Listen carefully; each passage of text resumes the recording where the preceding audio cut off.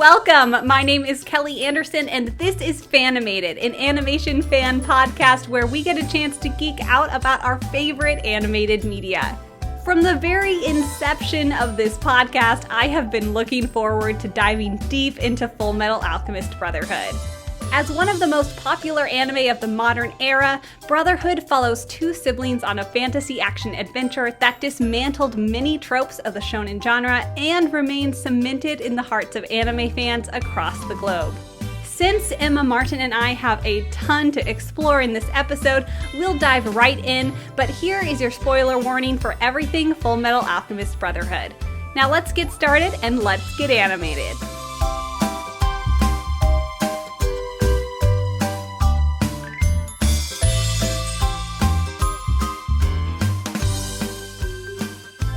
Emma, are you ready for this? I would like to say yes, but no, not really. And I mean that in the best way. Oh my goodness, though, me neither. I am actually very nervous right now. I know. Normally, I'm just like, yeah, let's get into this. I'm really excited. But man, for this one, I am nervous because, you know, it means so much to you and me. It's like our show.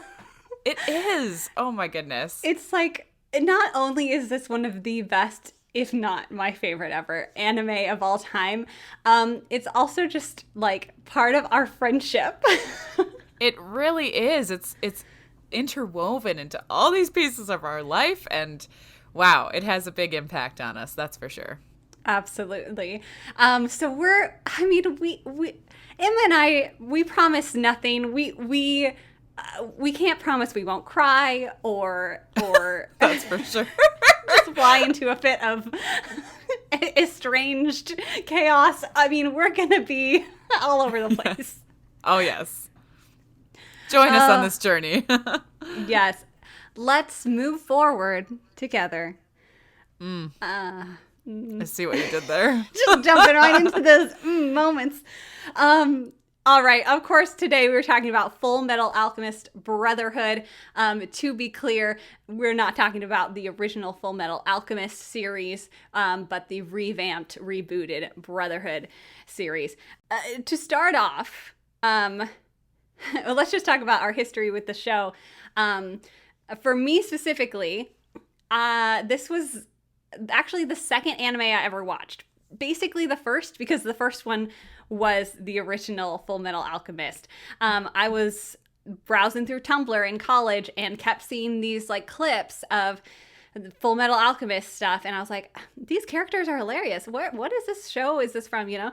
And I looked it up, so and I was really confused because there are the two different shows, you know? So I was like, where do I start? And everyone was saying different things online, like where you should start with Fullmetal. Like, do you watch Fullmetal Alchemist or do you watch Brotherhood first? You know, what do you do? And I couldn't decide, so I was just like, all right, I'm just going to start with the one that came out first. So Fullmetal Alchemist came out in 2003, and then the Brotherhood reboot that we're going to mainly discuss is from 2009. So my very first ever anime was Fullmetal Alchemist, and then, of course, when that finished, I dove right immediately into Brotherhood because I loved these characters so much. And oh man, these characters are amazing. The story is phenomenal, and I just love them all so much. And so, of course, like this, like started my anime journey, and of course, I had to share it with everybody. So in college, I introduced some friends to the show. Emma was one of them. And Emma stuck with me through the entire series. Yeah. Oh, man. I remember we had some friends over to watch it. And I know Jamie was the other friend who watched through the whole rest of it. But some of the others were like, what's happening? Because the first, like, 4 episodes are dark. I mean, literally, if you can make it through the first 4 or 5 episodes, you can make it through the whole show. And, like, our other friends were like, what is going on? And we can't handle this. So it's understandable. Yes, yes. So we watched almost the whole thing together, you and I. Even when we had gone, on summer break, we still did long distance over Zoom watching it together. We'd press play at the same time so that we could kind of watch it together in that way. Yes, it was so fun. I mean, we had started watching it together during the school year. And then literally the last week of classes, when we had finished our finals, I had to stay on campus a couple days more. And so I just hung out with Kelly, and we watched that show all day long. Like, we binged hardcore. And then, Yes. when I finally got home, to my hometown, that is, we did those video chats and watched the rest together. And I think that this really was a big part of our friendship, because I mean, I had been introduced to anime before this, but this was like the first really, really important anime to me, like something that really meant something. And also I would say that like throughout college we were always friends, but like this was like a big point in our friendship where we became best friends. Yes, I would absolutely agree. It was like just that journey together really bonded us. It did. The show bonded us as friends, best friends, and it was just so fun. We totally like took over the common room in the dorm. Yes, like the big TV that was there. We were like, "This is ours. We're watching Fullmetal." Yes, it was so fun. It was and so I just like fun. It's so fun to watch anime with people. Yes. Well, and shows in general. I think we can all like relate to that. But it was just so great, like, because Kelly had already seen the show, so she got to enjoy all my crazy outbursts of what? Wait. What? Like, who's that? And all your squeals of excitement whenever Winry and Ed did something cute. Oh, yeah! Yes. Oh man, this show. So we've both watched Fullmetal Alchemist Brotherhood several times already. I think this is at least my fourth time rewatching it for our discussion here. And neither of us have read the manga, I will say. No. Nope. I think someday I probably should, because like I think there are definitely some things we're missing, and obviously it's just one of the best stories ever, so why not read it, Right. But again, we're not huge manga readers, so we'll see. But thankfully, Fullmetal Alchemist Brotherhood is extremely close to the manga. Its source material, it is very well adapted. So this truly is the story that Arakawa wanted to tell, and it is done phenomenally. So with all of that said, the basic premise of Fullmetal Alchemist Brotherhood is you have a world in which alchemy exists. It's a science in which you create. You basically create something from something of equal value. So it's often shown as like forming something out of the earth or something. Everyone in this show kind of uses alchemy in different ways, or has specialties. For example, some alchemists are great at creating weapons. Some are great at creating things, out of water or fire. I almost, like, when you watch the first episode, you can kind of think of it almost as if you're like a bender from Avatar: Last Airbender, like they're using ice and water and earth in that same kind of way. And that's a good way to kind of envision how the alchemy is working. And in this world, there's a country called Amestris, and this is where the story takes place mostly. And it follows two brothers, Ed and Al, Edward and Alphonse Elric. Yes. They are boys. prodigy alchemists and absolutely fantastic. And they grow up in this nice little country town with their best friend, Wenry Rockbell, who is, as Ed would say, a gearhead. And she learns how to do automail, which is basically mechanical prosthetics. And Ed and Al, their father actually kind of dips out on them at a young age, and they grow up with their mom, and they're very close to her. And of course, this is an anime, so the mother dies early. Another anime mom bites the dust. Yep. My constant heartache for all those anime moms out there.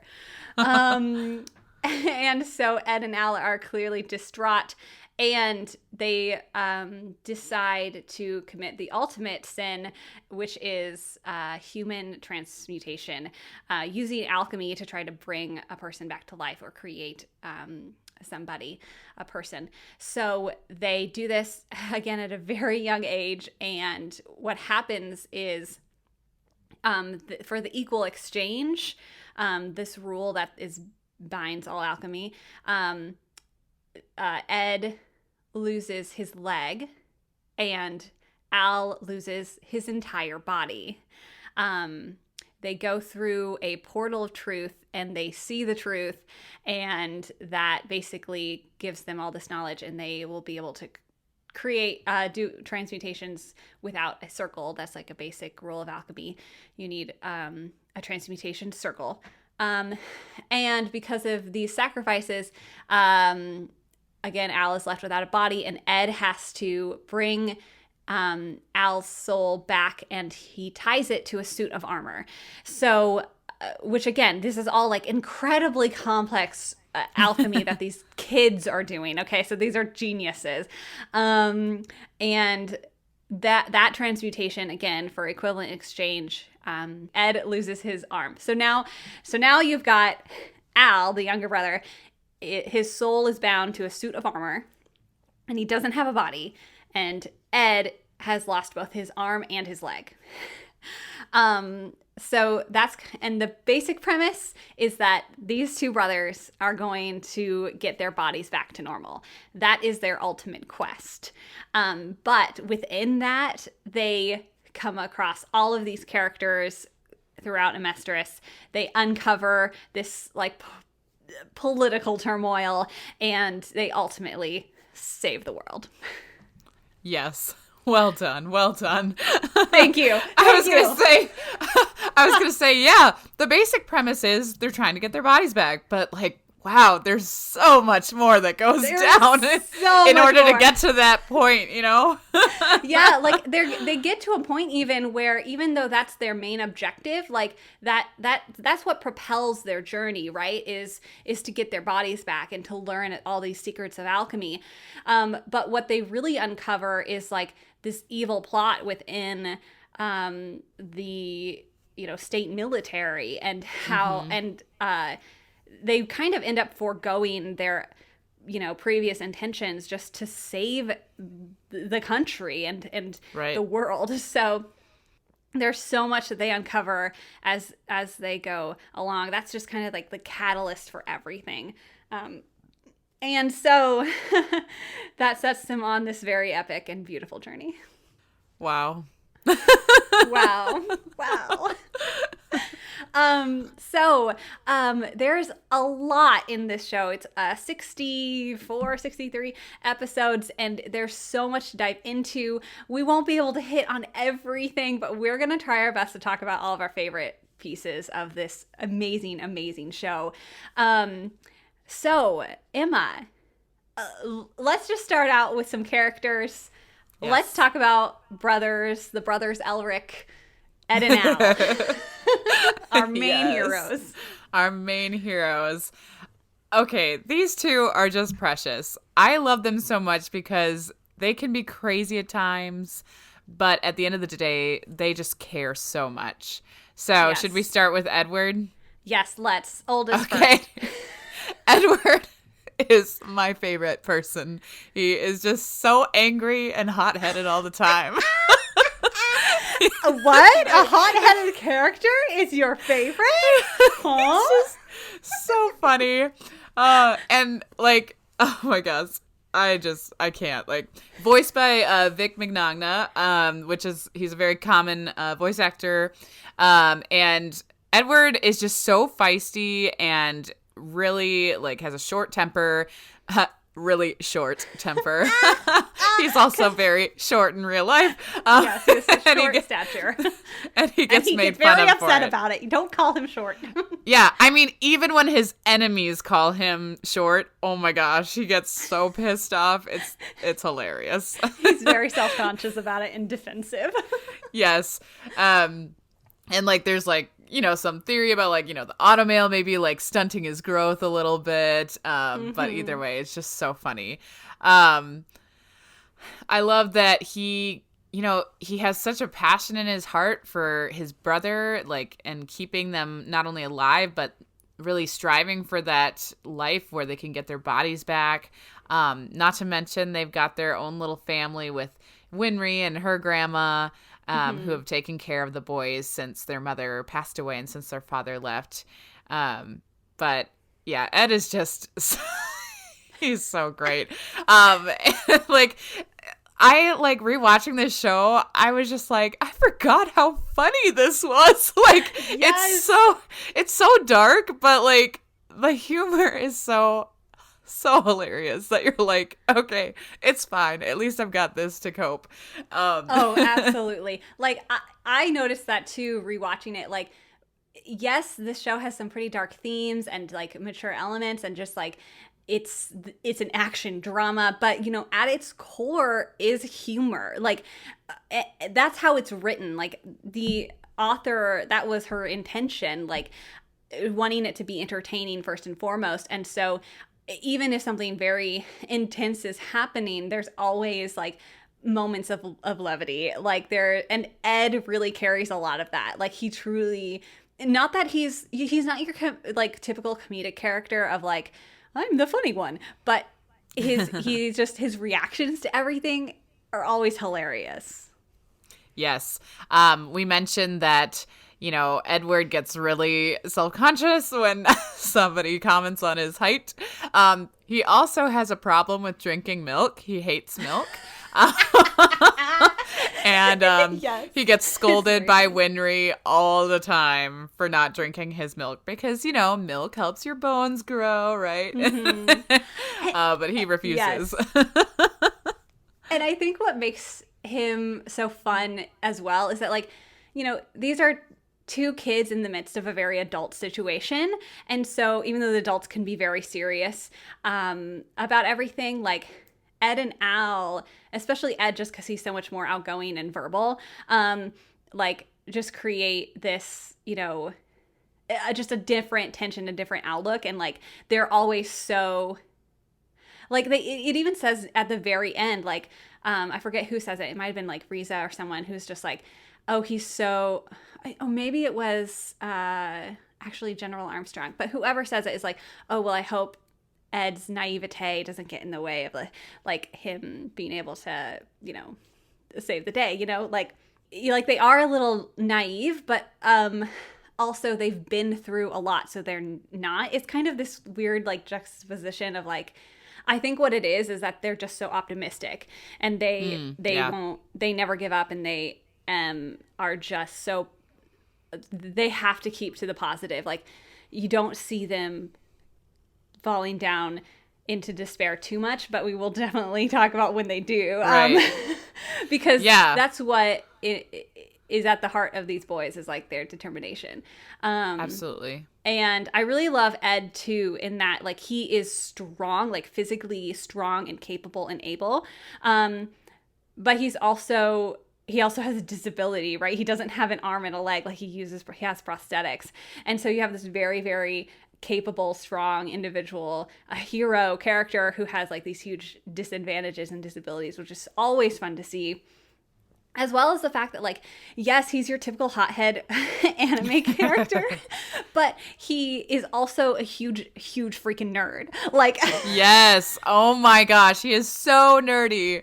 Darn books. They tell us everything except where to find stuff. like, I mean, you see Ed and Al researching, studying, like, they are, they work really, really hard, and, like, they are geniuses, like, truly. And Ed definitely kind of, you know, obviously carries the two of them, like, forward. And yeah, Ed, man. And I will say too, like, yeah, usually hot-headed characters can be, like, pretty emotionally constipated, and, like, he definitely fits the bill sometimes. But he's also, like, you know, he's honest with it, and he accepts it. Like, when Winry is struggling, or when, you know, Rose is struggling, like, he is open to that, and just, and, like, it doesn't shrug it. He's empathetic. I think is the word. He's extremely empathetic. Yeah, though he might be hot-headed, like, a majority of the time.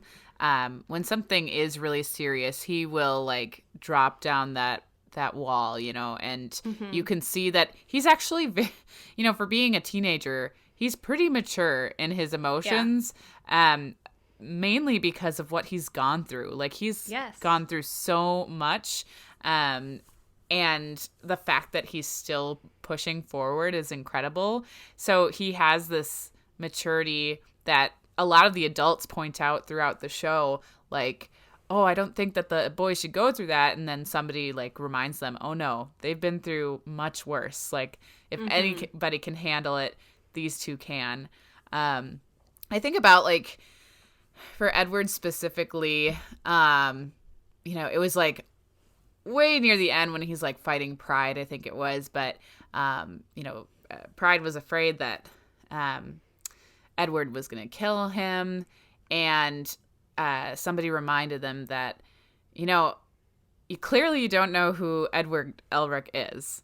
Because, like, even though Edward is going to kick your butt, he never chooses to kill any of his enemies unless forced to.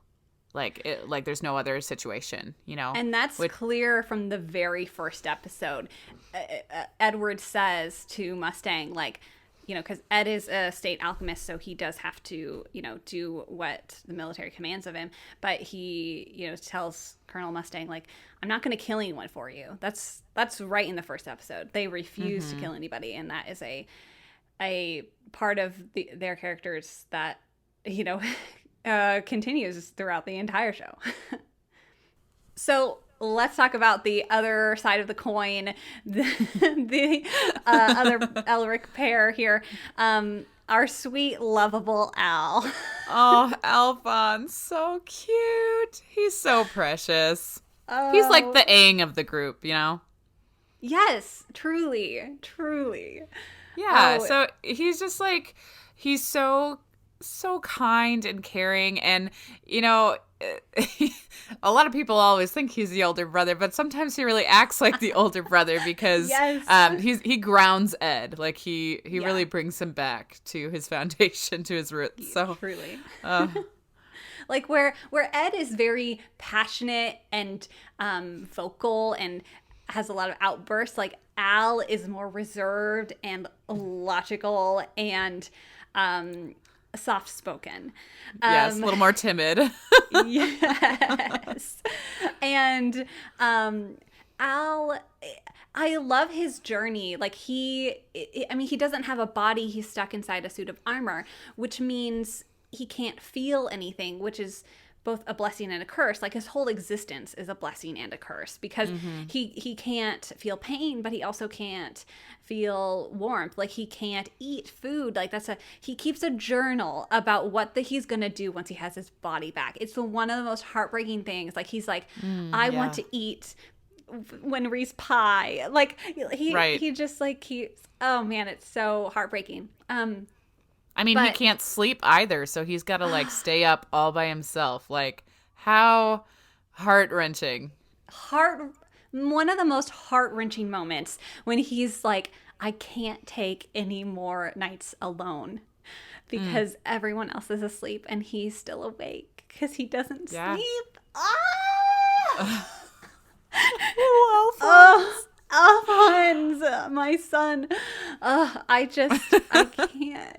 And so he he's just as much of a prodigy as Ed is. And he truly, like, he's the same way, very empathetic and self-sacrificial, truly self-sacrificial. At the very end, spoiler alert, like, he basically dies to give Ed a fighting chance.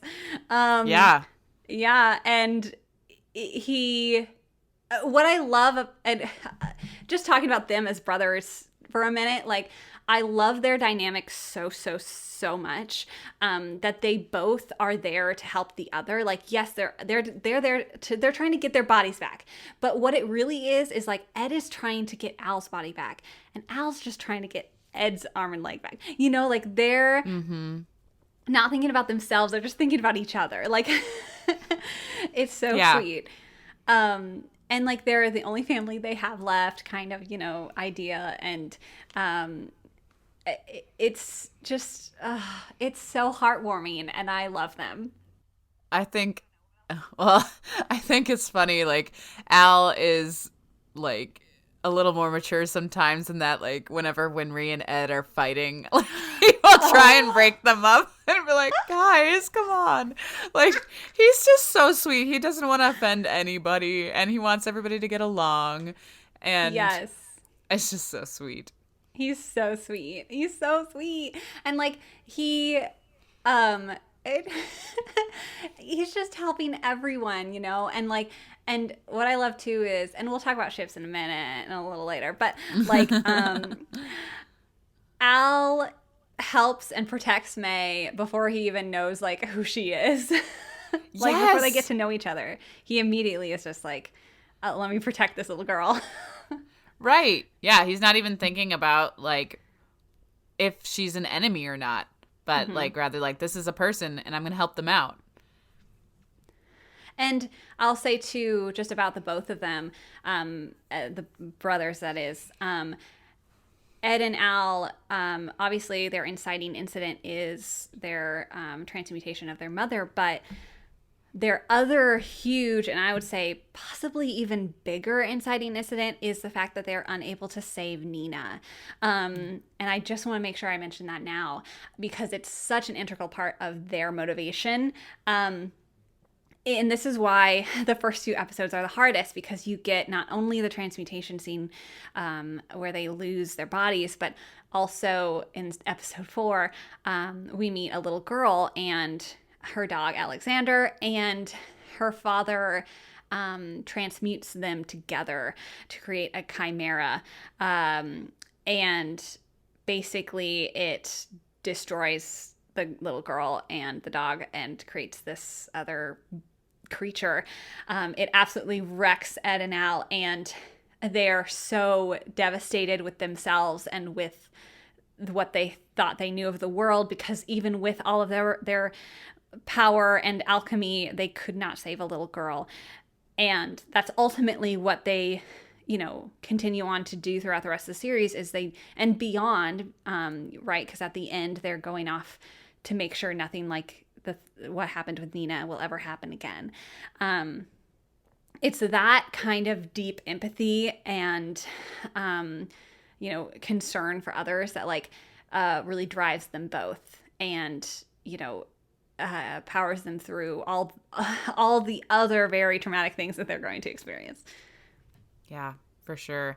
I mean, I remember when it got to that episode, like, because you know what's gonna happen, like, it made it even worse. Like, I just was sitting on my couch just cringing and like, oh god, like, I don't want to see it again. This is like the type of content that really just makes you sick because of how horrible it is. But it's through, like, even though we have that darkness, like you said, it's a big part of their journey moving forward, and to make sure that it never happens again. And that makes the redemption story arc all the brighter. because they went through such traumatic things in the first few episodes. But yeah, that's a really powerful episode. It's powerful. It is seared into my memory, and it is also seared into the Elric's memory, and that is what keeps them going and keeps them fighting. I will also say that's a really good example of the difference between the two of them, because as they're both extremely empathetic and just like torn apart by what this man did to his daughter, Ed reacts with anger and is absolutely beating the living crap out of this man. And Al is the one who's like, brother, stop. You're going to kill him. Yeah. He has more control. Yeah, definitely. So that's Ed and Al. Let's talk about Winry. Oh, my favorite. Winry Rockbell. She is so fun. Like, she is so BA, and she's this really talented engineer and mechanic. Like, she is also a nerd. She's just a different type of nerd. Oh, absolutely. They're all nerds. I love it. But she's very bold, and she knows who she is, and she's not afraid to like be who she is. She's just she's a really good role model, honestly, for a lot of women. She's just absolutely. Very, very confident in who she is. I love how she, like, though she has a thing for Ed, she does kind of mother the boys too, in a sense. Like, she cares for them. They're like her siblings almost, in a sense. They grew up together, you know? So they're there for each other. And I just really appreciate that she stands firm. Like, she never lets Ed overpower her when he's like hot-headed. She's usually the one who gets the last word, which I'm like, that's right, you show him. But yeah, she's such a boss. She's so supportive, and I just love that she gets to be a part of this journey as well. Absolutely. And Winry's abilities and strength is just the tip of the iceberg of all of the powerful and amazing women in this show. Again, this was written by a woman, and like, she has created all these fantastic characters who are all strong in their own way, from a general in the military to a, mother and a housewife and a teacher and like all of these women who do everything, right? All these different women in different places in their lives. And Winry, they're all so strong in their different ways. And Winry has such a huge part to play in like the themes of like revenge and, her journey being that like she finds out how her parents died and has to struggle with that. And I'm sure we'll talk about that in our favorite episodes list. But Winry really can stand toe to toe with Ed and his craziness. And she really cares for and worries about the boys. And like, she, is being called different places to help with the automail, of course. Like, yes, Edward's always smashing his automail, so she's got to fix it. Absolutely. And it's just so exciting to see her as well, like when they go to, what's the automail town? Rush Valley. Rush Valley, yes. And you get to just see her be all so excited and passionate about what she loves. It's so cute. Like, I love that so much. And too, like, she, in that, like, little arc, she saves a baby and its mother. Like, they're stuck in a rainstorm, and, the doctor can't get there fast enough. And so Winry, like, helps this woman give birth because her parents were doctors, and so she knew, like, some of that stuff. And so, because, again, she's just super smart. So yeah, she just helps everybody, and she's just very supportive of Ed and Al, even though like they often, leave her behind. She's always sending her thoughts to them, and she's fantastic. Okay, so let's talk about, again, we can't talk about everybody because there's just too many characters. But we definitely have to talk about some of our favorite military characters. Let's just What do you mean with... favorite? There's only 2 that you're thinking of. It's true. We'll talk about ships later, but let's talk about Mustang and just his whole crew, okay? Colonel Mustang is a state alchemist. He uses flame alchemy, so he has these gloves that have his transmutation circle on them. He snaps his fingers and fire is just like boom, shoots out. Yeah. He is like super BA, and like I love basically a firebender. Like, it's so cool. Like, I'm sorry, some of his fights are my favorite fights in the whole anime. Because he is just no nonsense. Like, he is getting what he wants. Step out of his way. But he also, like, has such a heart for everybody. Like, he, you know, unlike a lot of the military leaders around him, he really, really cares about the you know, his subordinates. And he really truly wants to make the country a better place.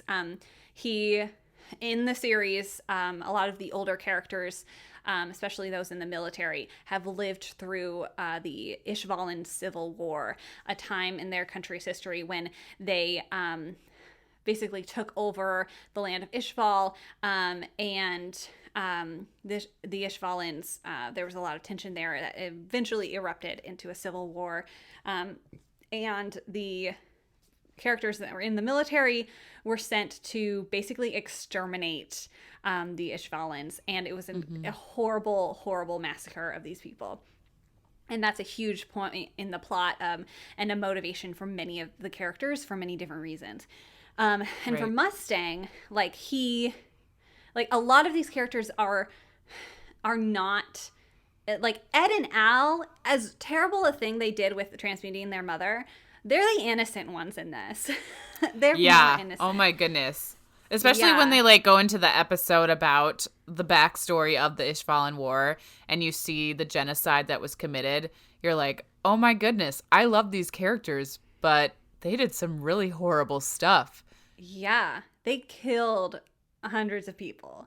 As a whole, the country killed thousands of people.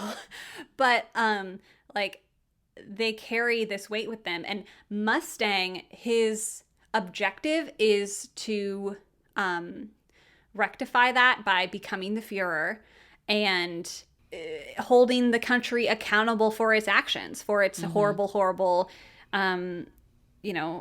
genocide of these people. So that's his main motivation is, and he has all these people beside him. So he has, of course, Mace Hughes, who is his best friend, who unfortunately, again, big spoiler alert, he loses his life in the coming episodes, and that becomes a major motivation for Mustang as well. And Mustang's whole crew is absolutely fantastic. My favorite, of course, being Riza Hawkeye. I mean, she's the best. Lieutenant Hawkeye, what is there to say about her except for, like, she's a sharpshooter, like, amazing. Like, Mustang is, like,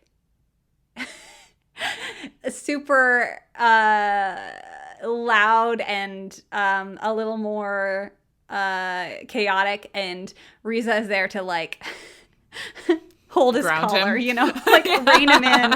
Oh man, Riza is as straight face, like I just love their interactions. And again, we'll talk more in the ships, but I just really like the dynamics of both of these characters, and they work really hard to support each other. And she also like went through a lot in the Ishvalan Civil War and has a lot to redeem. So what about you? What do you think of Mustang and Riza and Mustang's whole crew? Yeah, I really like Mustang. Actually, when I first watched the show, he kind of annoyed me at first because I was like, really? What's this guy's motivation? Like, he seems like, for me, I thought it was going to be the situation where he seems good, but then he turns on Full Metal at the end or something like that. This was the first time watching it, of course. Especially when you find out that he's planning on being Führer, you're like, like, with that seeking of power, like, how is this going to turn out for you? But I really like Mustang because he really... though he can be like reckless sometimes, he really does rely on all of his members, on all his team members in the military that are close to him. Like, and he wants to like fight for them as well. Like he like obviously cares so much about Riza, but like, even just the other characters like Maria Ross and Maze Hughes and I think is it Gene? Havoc. He's Havoc. Yeah. Yep. Mm-hmm. Yep. Gene Havoc. Like he really cares about their lives and not only their jobs, but their lives outside of their jobs. What I think is really cool about like the whole arc that he has is that, he's been like planning things so articulately and to become Führer, which is really impressive, but also I appreciate that like near the end of the series, he talks about how before he can officially become Führer, he needs to make things right with like the Ishvalans. And that's just so wise to like make amends and start fresh as a ruler. He's incredible. He's kind of scary, to be honest. Like that flame alchemy, and the way that he like fights certain villains, I'm like, oh my gosh, don't let me be on your bad side. Yikes. He's intense. But yeah, he's really incredible. As far as Riza, I mean, I just adore her. She's just so strong and she's really selfless. Like she doesn't she's willing to take her own life at the end, not out of cowardice, but for the protection of like the whole country and the people that she loves. And I just admire her so much. And it's just interesting to see like how she got involved in all this, because like her dad was an alchemist who like taught Mustang, and like her dad's secrets were tattooed on her back, and like it's just really interesting to see how her and Mustang were connected from the beginning and how she has grown. Absolutely. And I will say as well, another reason why I love Mustang so much is I really love the characters who are kind of just like masterminding everything, like being the mastermind of all these like pieces and puzzles, and like Kun from Tower of God, or even Shigure from Fruits Basket, right? Like they're kind of manipulating people and like playing the game a little bit.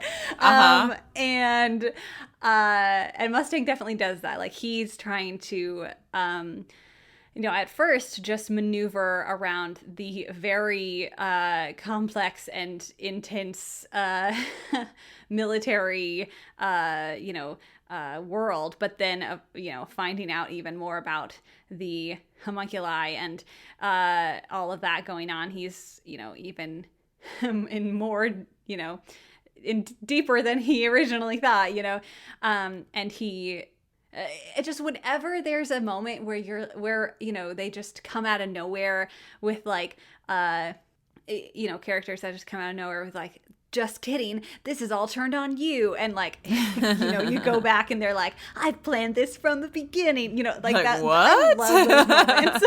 No, there's so many of them in this show where you're like something bad happens to them, and the military that is with Mustang like reacts badly to it, but then like after a few episodes they're like, just kidding, that was part of our plan, and then you're like, wait, what? You're just constantly going back and forth. Yes, it's especially with like Maria Ross, like that's one of the best like arcs. Like basically, to sum it up, Mustang like is upset about the death of Hughes, and so so he's trying to figure out, he's like digging around where they don't want him to be digging around, so they pretend like they're gonna like they think Maria Ross did it, but obviously she did not. And so, you watch as she escapes jail and Mustang finds her, and you see that you think that she was burned to a crisp by Mustang. But then, plot twist, Mustang faked her death so that, the people behind the scenes would, assume that he killed her and was over it and blah, blah, blah. And it's just like this big reveal and you're like, oh my gosh, yes. I just love those moments. Like, yes. Oh, it's so good. Like there's a lot of, miscommunication in this show where like not everybody knows like the truth at hand. So like for example, when Al and Ed, they aren't aware of Mayhew's death, and that like really like impacts the whole like flow of things. But like with Maria Ross is like the same way. Like no, but like her partner, Maria Ross's partner, like he doesn't know that it's a secret plan, because they have to they can't tell everybody, right? Otherwise it wouldn't work. But that was one of my favorite moments when she was reunited with her partner and he was like crying. Girl, like, okay, again, we'll talk about ships, but like, those two, this is why I do recommend people watch Fullmetal Alchemist after they've watched Brotherhood. Please watch Brotherhood first. But Fullmetal Alchemist has even more of those two, and it's adorable and cute and perfect, and I love them. Oh, goodness. All right. So moving on, there is one more character, at least that I want to talk about in the military, that I need to talk about and make sure we talk about. And that is General Olivier Armstrong. Yes, I was hoping you would. I was like, I want to talk about the Armstrongs for a moment. Okay, so at the beginning, we meet Major Armstrong, and he is AKA All Might. A state alchemist. What? AKA All Might. Yes, the same voice actor as All Might in My Hero Academia, which are they're the same character, basically. Yes. Major Armstrong is a powerful state alchemist, and he's very over the top. He's always ripping off his shirt and showing off his muscles, and like there's like a twinkle in his eye, like hello, I am here to help you. I'm here to help you. Yes, very superhero-esque, and like this fighting technique has been passed down the Armstrong line for generations. And yes, he's like super intimidating and buff and all that, and then like the next 5 minutes later he's like crying over like because he's so sentimental, like he's like me, let's be honest, like he's like me in a nutshell. Like 1 minute I'm like bawling my eyes out and then the next I'm like, wow, I'm so great. I was not expecting you to compare yourself to Major Armstrong, but me I'm either. Here for it. Me either, but it works. It does. It works. Oh, man. And what's great is that you meet his sister, General Armstrong, who is the complete opposite. She is a sword-fighting BA awesomeness. She is the general in charge of Fort Briggs, which is way up north in the mountains. They're like always, on the edge of their seat, like, is the northern, invaders, are they gonna come, and she is strict and no nonsense, and like she is I mean, everyone calls her sir. It's great. Yes. And she just like runs the tightest ship in the military, and that is Fort Briggs, and she is not to be messed with. And quite frankly, maybe I'll mention it again later, but like, I think she should have been Führer instead of Mustang. As much as I love Mustang, I think General Armstrong would have been a better Führer. Well, I think she definitely has the leadership skills, but do you think that she would have as much like mercy for her subjects? She's very much like, nope, sorry, no nonsense. That's what I like struggle with. But see, here's the thing though, like, although Olivier is very outwardly strict, no mercy, no nonsense, she still, for example, she sends a team in this underground tunnel that's under the fort, and she covers it up. She's like, if you don't come back in 24 hours, we're sealing this and you won't be able to exit. So that seems very strict and very stern. And if you don't come back, you're going to die. But what she does is she gives a watch to the person in charge of that, watching the gate, the portal, whatever, not portal, the little, entryway, and it's broken. So technically, they're like, oh, they don't get back until after 24 hours, but they didn't close the entryway because the watch that she gave him was broken. So purposefully, like right. She's still merciful. She's not going to actually send them to their deaths, if they don't get back in time. Like, she does all these little sleight of hand things that, like, behind the scenes, she's actually, keeping everyone safe. And she cares so much about her team. Like, they truly are all, everyone in Fort Briggs, their family. And she, like, facilitates that. Yeah, that's true. I didn't think about that. She would make a boss Fuhrer. Yes. Oh my goodness. And also, like, I think partially it's like she is a woman in the military and leadership. And granted, like, this show does a pretty good job of not being, like, too sexist as a lot of shows can be. But, like, still, like, I bet she had to be more stern because otherwise no one's going to take her seriously. Yeah, like, Mustang sure. can afford to be soft, Yep. You're absolutely right about that. Anyways, I just love her, and another wonderful example of a great female character in this show. Agreed. We should talk about some of the characters from A Country Nearby. Yes, I was just about to say, unless you don't have anyone else in the military to talk about, we should be talking about our fave characters from Shing. Yay! Okay, I have to say, I know this is kind of weird, but one of my favorite characters in this whole show is Ling Yao. Yes, girl! Tell me about Ling. Great. So Ling Yao is the 12th son of the Emperor of Shing. And he wants to get his way to the top and be the emperor, like the next in line for the throne. But he's got to do something big in order to get that, since he's number 12. So anyway, he comes to Amestris looking for a philosopher's stone, because philosopher's stones can grant you immortality.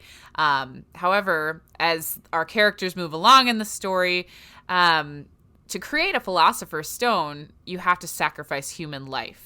And that's where a lot of, Ed and Al's struggles, like, come into play, because they they, like, think about, like, using a stone to help get their bodies back, for example. But they feel too conflicted using that, because they're like, we don't want to use the stone because innocent human lives were sacrificed in the making of this. Yeah. So it's always, like, a part of the journey as well. Like, here's an opportunity. Maybe we can get our bodies back. Oh, just kidding. We can't feel right about that. Ling Yao, on the other hand, he's like, nope. Like, I'll take it for myself so that I can, bring it back to the people. And, eventually, like, it's really sweet. Like, he ends up helping Mei, who's another character from Shing. He ends up helping her tribe, which is a poorer tribe of the country. And so, like, you can see that he really cares. But anyway, he's just so funny, like, voiced by Todd Havercorn, whatever. And he, like, is always hungry. So he's like, even though he's an emperor's son, he is mooching off of people all the time.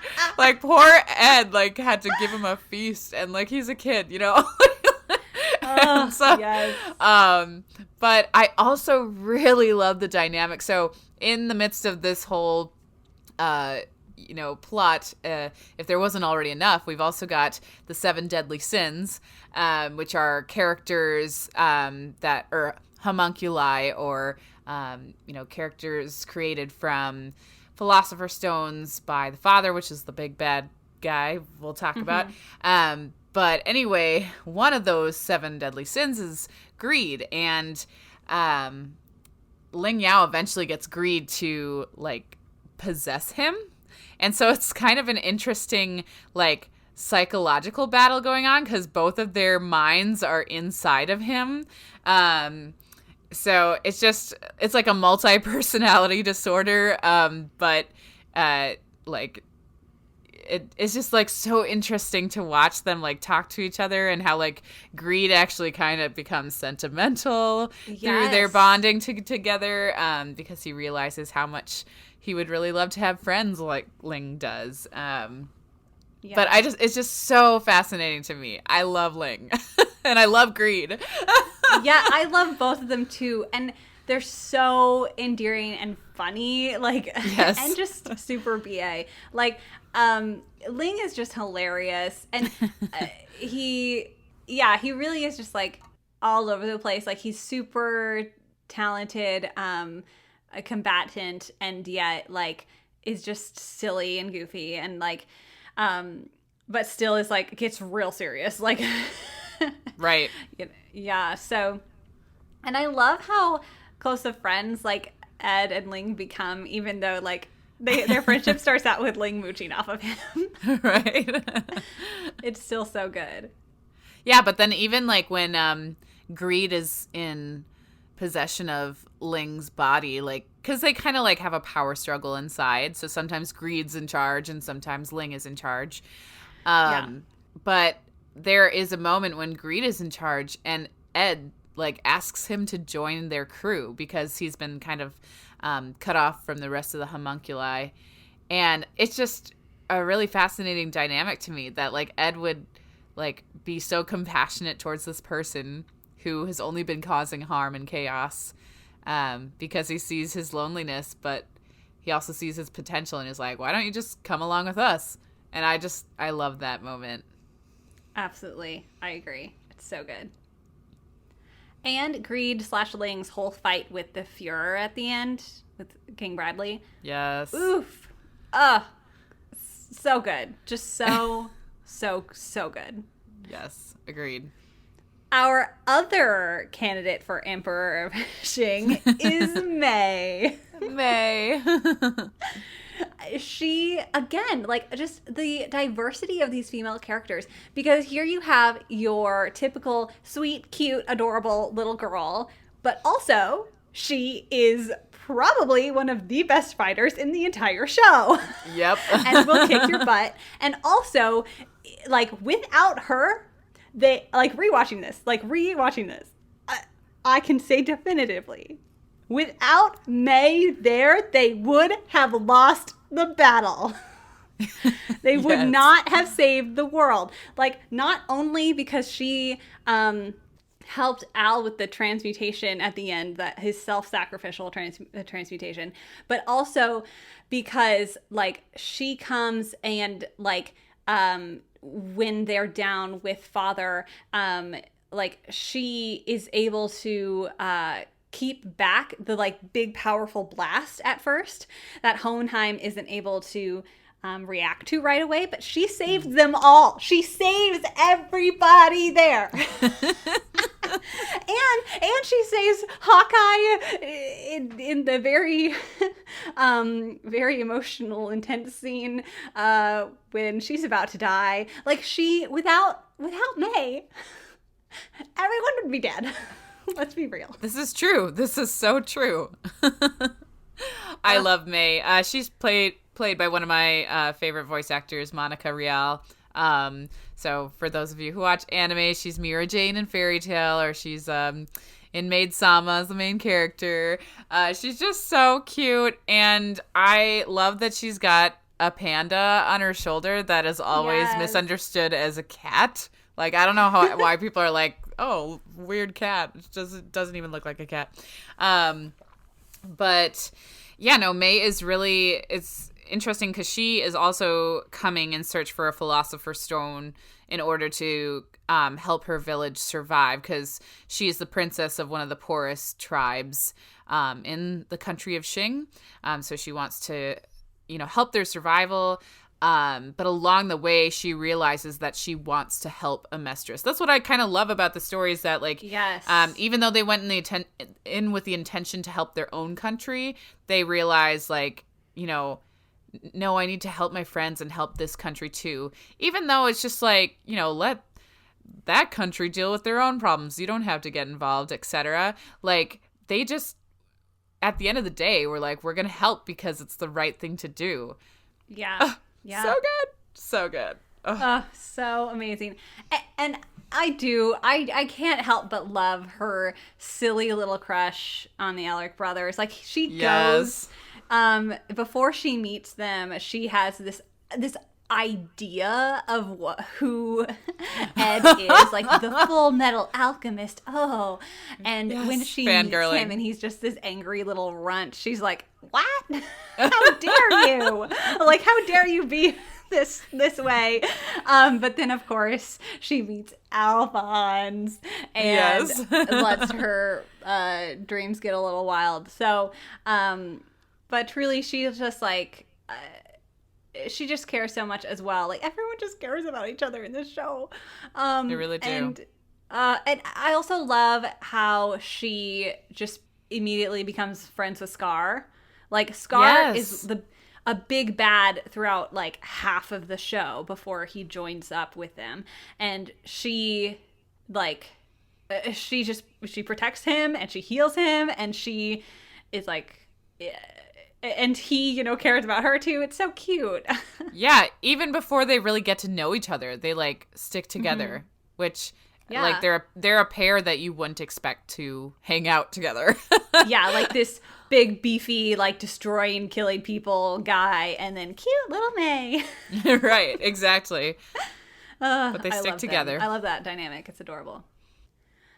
Speaking of Scar, Scar is one of the most fascinating characters, in my opinion, because he is an Ishvalan. He's a survivor of the Ishvalan War. He was a priest before the war and has denounced his past and his name, and is now living solely to kill state alchemists because they are the ones who destroyed his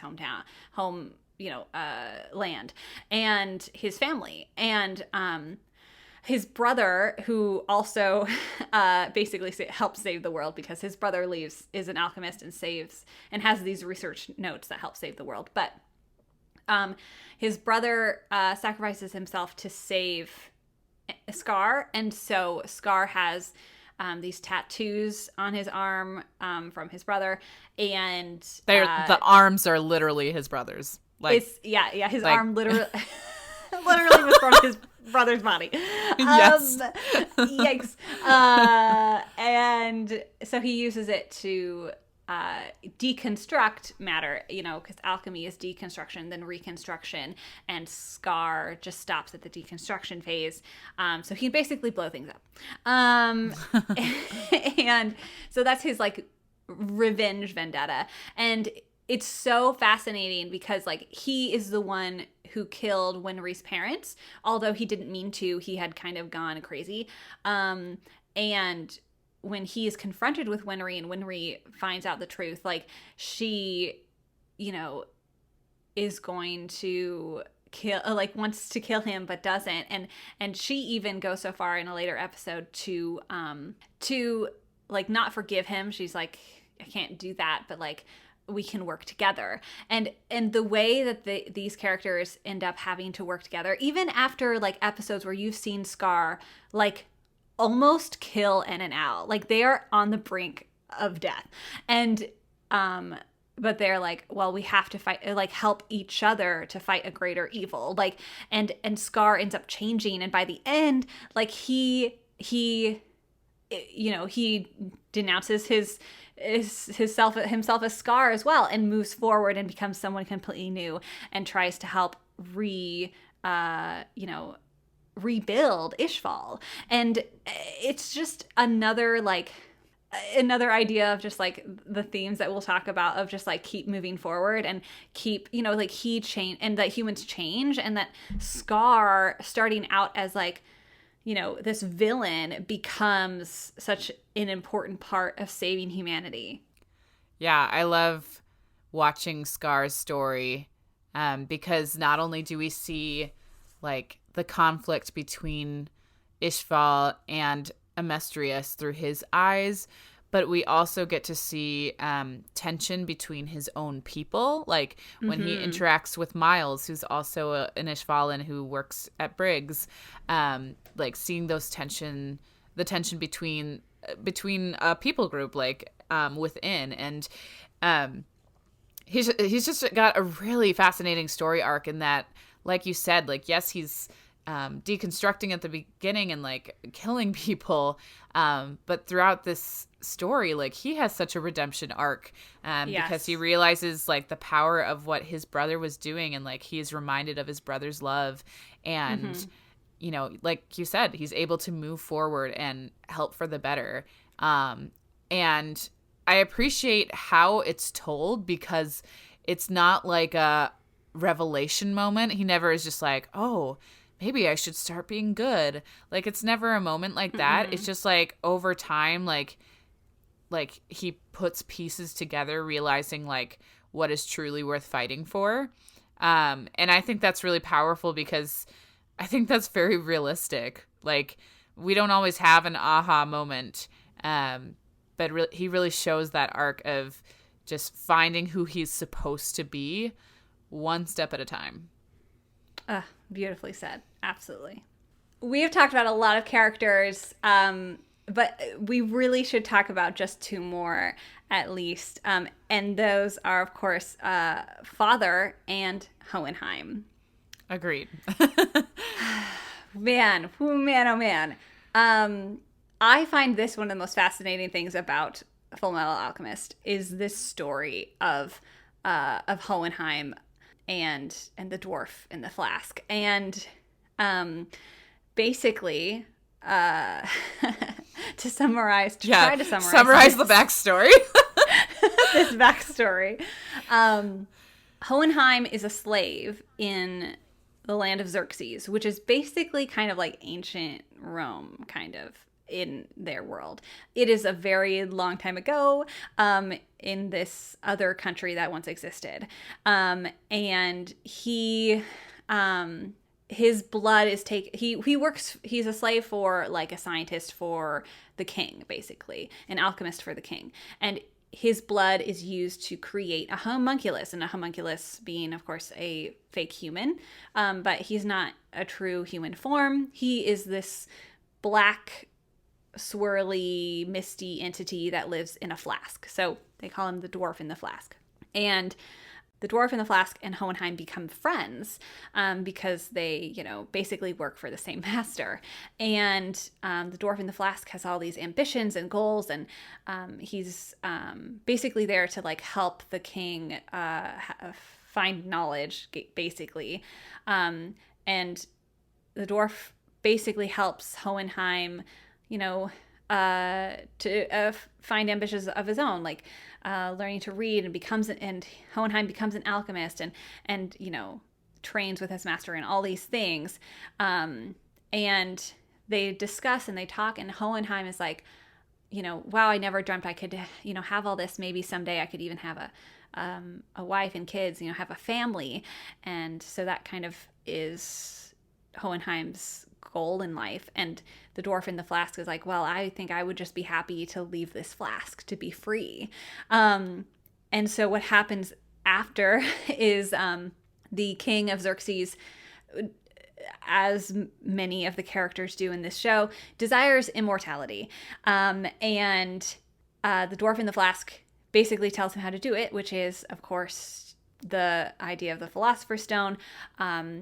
The king sends out people to slaughter everyone in the country, like, not everyone in the country, but certain villages and all these things, creates a giant countrywide transmutation circle, just like what is about to happen to Amestris, and is willing to sacrifice all of Xerxes to become immortal. What he doesn't know is that the dwarf in the flask has completely pulled the wool over his eyes, and instead of the king being in the middle of the circle gaining immortality, it is Hohenheim and the dwarf in the flask who are in the middle of the circle. And the aftermath is Hohenheim wakes up to every single one of his friends, every person he has ever known is dead. And the dwarf in the flask has now taken his likeness and is a human being. They are both immortal and cannot die. Yeah. And they both look alike, which makes it confusing for Ed and Al in the future. And for us as the audience, because they really don't explain until a little later. So for a while there, you see the dwarf in the flask, which we will now call Father, because that is what the homunculi call him. You see Father, and you see Hohenheim, and you are just like, are these the same people? Like it's like a pretty cool kind of like trick. And of course, Father is the big bad. He's the one who's trying to create the same thing he did with Xerxes in Amestris. So he has basically been pulling the strings since the country was founded. He is trying to create another, transmutation circle out of the entire country in order to open the portal to truth and swallow God, because he wants all knowledge and wants to be a perfect being. Your everyday goals. Everyday goals, lol.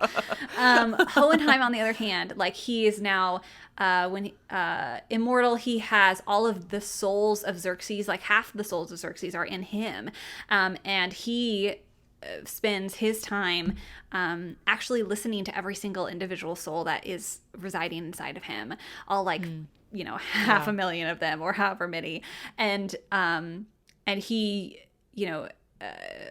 a theme in this show is like are using humans as a resource, basically, and he only does that when he really needs to, and he kind of like is asking their permission. Like it's very much like he sees this as a curse, and it is truly.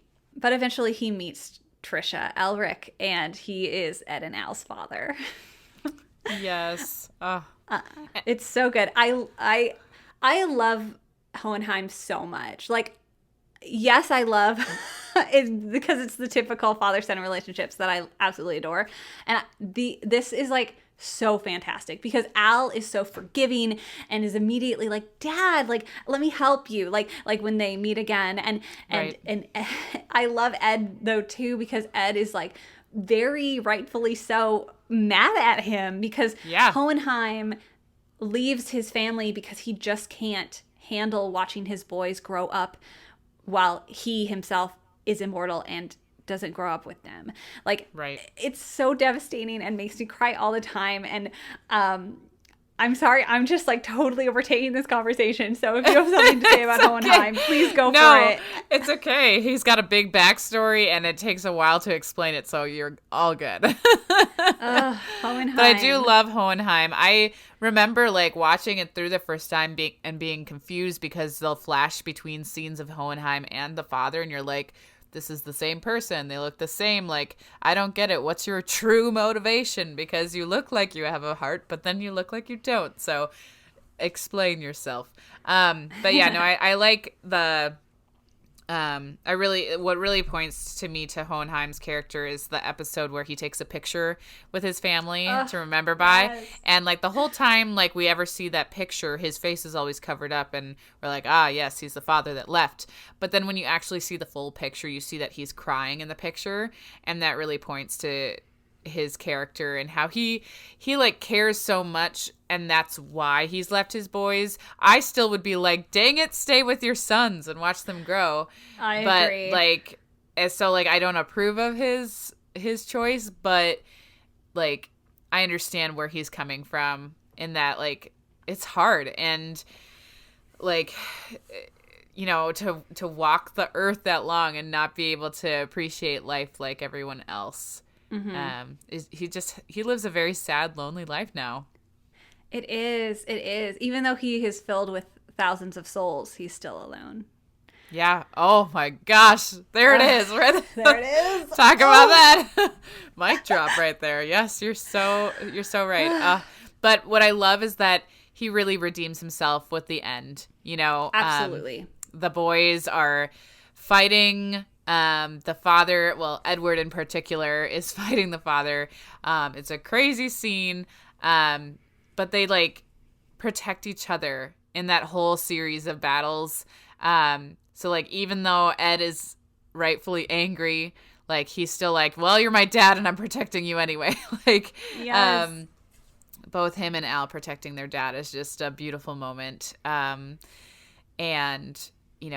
eventually Hohenheim is able to die and move on, like after not like after the battle, like he goes to Trisha's grave and then dies at her grave, but like it's just it's a powerful moment in that battle scene. Yeah. And when he does finally is starting to fade away, like he's like, now finally, like I want to live, because he like is so proud of his boys and he like wants to be there for them, and it's so touching. Oh my gosh, it's so touching. Like he's crying because he's like, now I really want to live, and you're like, dang it.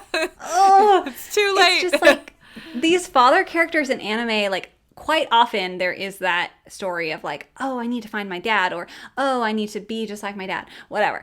But like this is one where you actually get to see all the complexities of the dad figure, like you actually, like, he isn't perfect, like he has made mistakes, but he's trying his darndest, like it's so like he also leaves. Part of why he leaves is like he understands what father's trying to do, and he is trying to fix it, right. He's getting a battle plan into place as well. He's got strategy too. Yes. And it's like what he does before he leaves, he like fixes the swing in their yard, and he's like telling Trisha like, well, this is at least something I can do for them. And it's just like, oh yes. Hohenheim, buddy, like, well, and like heart. Even throughout all of his journey, like by the end, he's willing to sacrifice himself so that they can get their bodies back. He's like, let me be the philosopher's stone that gets you back. And Ed still refuses, like. Yes. And I love that moment because like Hohenheim is like, let me do something, like give me this chance to act like a father for once in my life. That's what he says. Yeah. And Ed is just like, no. But it's like this really intense moment where like Ed is also, he's like yelling at him and being angry at him, but he's also crying and is like accepting him as his father. Like it's like, I'm sorry, like their relationship just like is done so well and developed so well and ends in such a perfect moment that I'm just like, gosh dang it, I love this show. Yes. No, that moment is so beautiful. And then after the battle, like Armstrong is like, Major Armstrong is like going up to Hohenheim, is like, oh, we've got them in the hospital, everything's good, and it's just like, thank you so much, without your boys, like we wouldn't have made it and all that stuff. And Hohenheim is crying again because he's just so proud of his sons. Yeah. Oh, it's so emotional. And I definitely like, it's frustrating because that like if Hohenheim had been there, well, like he wasn't there for his wife when she was dying. Like, sorry, dude, you messed up. But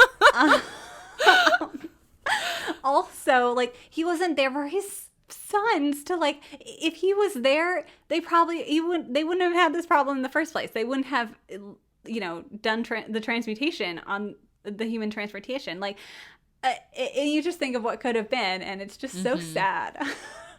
God. Yeah, it really is. And even like when they do, like, because they see each other a couple times on their journey, the boys and Hohenheim, and it's really interesting that when they see each other, it's not like, Dad, where have you been this whole time? Like, it's never like a questioning. It's like oh, it's you. Like, it's like it's very like straightforward and like eerily like calming. Like, yes, it's not like a big dramatic thing ever. They're just like, oh, it's you, like as if it was like a ex-roommate or something. Like, yes.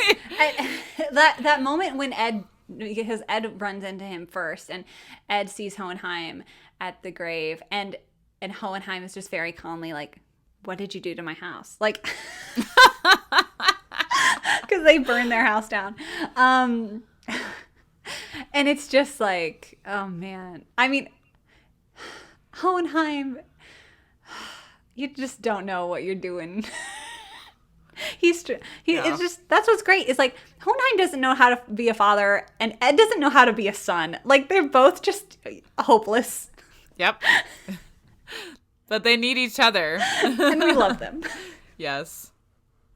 So, we're not to dive deep into it, but we've got Hohenheim and we've got the father, and the father has created the 7 deadly sins, these homunculi. I just have to ask you, which one did you find the scariest? Ooh, which of the homunculi are the scariest? Oh, man, my mind is jumping everywhere because they're all terrifying. They really are. Oh, man, like, because when Envy turns into a giant green monster with faces sticking out of it, that is absolutely terrifying. But Yes. also, Envy is also just kind of like, isn't as scary, especially at the end when you see how he truly is. Like, he's just pathetic. But and then you've got, oh man, lust in her stabby fingers. If I was gonna say which one is the scariest, I'm gonna go with Pride. Oh, okay. Yeah. Pride is scary. Because a child in the shadows is terrifying. Yeah, Pride is pretty terrifying. Yes. And like always looking at you like, okay, not cool. Okay, great. Not terrifying at all. You're just got Right. eyes everywhere. Great. When I first watched the show, and everything was fresh and new to me, Gluttony scared me the most because Oof. Gluttony was eating people, and I was like, oh god, this is gross. Like, Yes. And his stomach opens up into the empty void. yes, oh god. But after rewatching this, I definitely think that Wrath is the scariest. Like, King, like, he puts on a good show, King Bradley. Like, he can be, like, a really pleasant-looking person, but when he is, like, ticked off in full wrath mode, he is scary. Like, oh my gosh, You do not want to be there for that. Yeah, you cannot survive this. Oh, yes. No, that definitely. They're all terrifying. And again, sorry we can't talk about everybody in depth, but hopefully, let us know your favorite character and which one we didn't talk about, and tell us why they're your favorites and why it's Mustang. So I'm a little biased here. just slightly. All right. So now that we've got all of our major players in the lineup, let's talk about our favorite episodes and our favorite moments in the show. Obviously, there are just too many to count, but maybe we can take turns talking about our favorite episodes. Yeah. How many do you have? 5. Okay, same. Perfect. Oh, well, perfect. Oh, look at that. We didn't even Look at that. need to do that. Okay, and mine aren't in order or anything. Like, I know we did that with Avatar: Last Airbender. We talked about, like, we ordered them into our favorites, but these I just have listed in the order they appear. Sure. Okay, so Why don't you go first? yeah, one of my favorite episodes was episode 9. It's called Created Feelings. And I really love this one because it's a lot of Al questioning his existence. He's like, what if my body really doesn't exist? What if I don't exist anymore? Maybe these are fake memories in me. And it's just like really existential, and you really feel for Al. You also get to see more of his struggle in the midst of this journey. And it's after a big fight, so Ed's in the hospital, and Winry comes to fix him up. And I love it because Winry, like, calls Al out. And, like, okay, nobody wants to scold Al, because Al is cute and precious and loving, and, like, who wants to, like... cinnamon roll. Yeah, he's a cinnamon roll, and who wants to call him out because you just feel like the bad guy? But Winry, she is so wonderful. She calls him out and says, stop, like, speaking these lies over yourself and this identity over you. Like, you are Alphonse. Like, I know you, and your brother loves you. And she just, like, affirms him and who he is. It's just, like, a really, really heartwarming moment, and just like, yes, really like pulls on the heartstrings. I also love it because there's like a humorous moment where like Ed's like, before she comes to fix his auto mail, like he's on the phone with Winry, and then one of the soldiers is like, "Is that your girlfriend?" He's like, "My girlfriend, what?" And then when she's finally fixing his auto mail, like May Hughes is just like, "Oh, I see you brought a pretty blonde in your room," and she's like, "She's my mechanic." He always gets so flustered about it. I love it. I know, it's so good. So perfect. That's a good one. Absolutely. That one's fantastic. So the first one on my list is episode 5, Reign of Sorrows.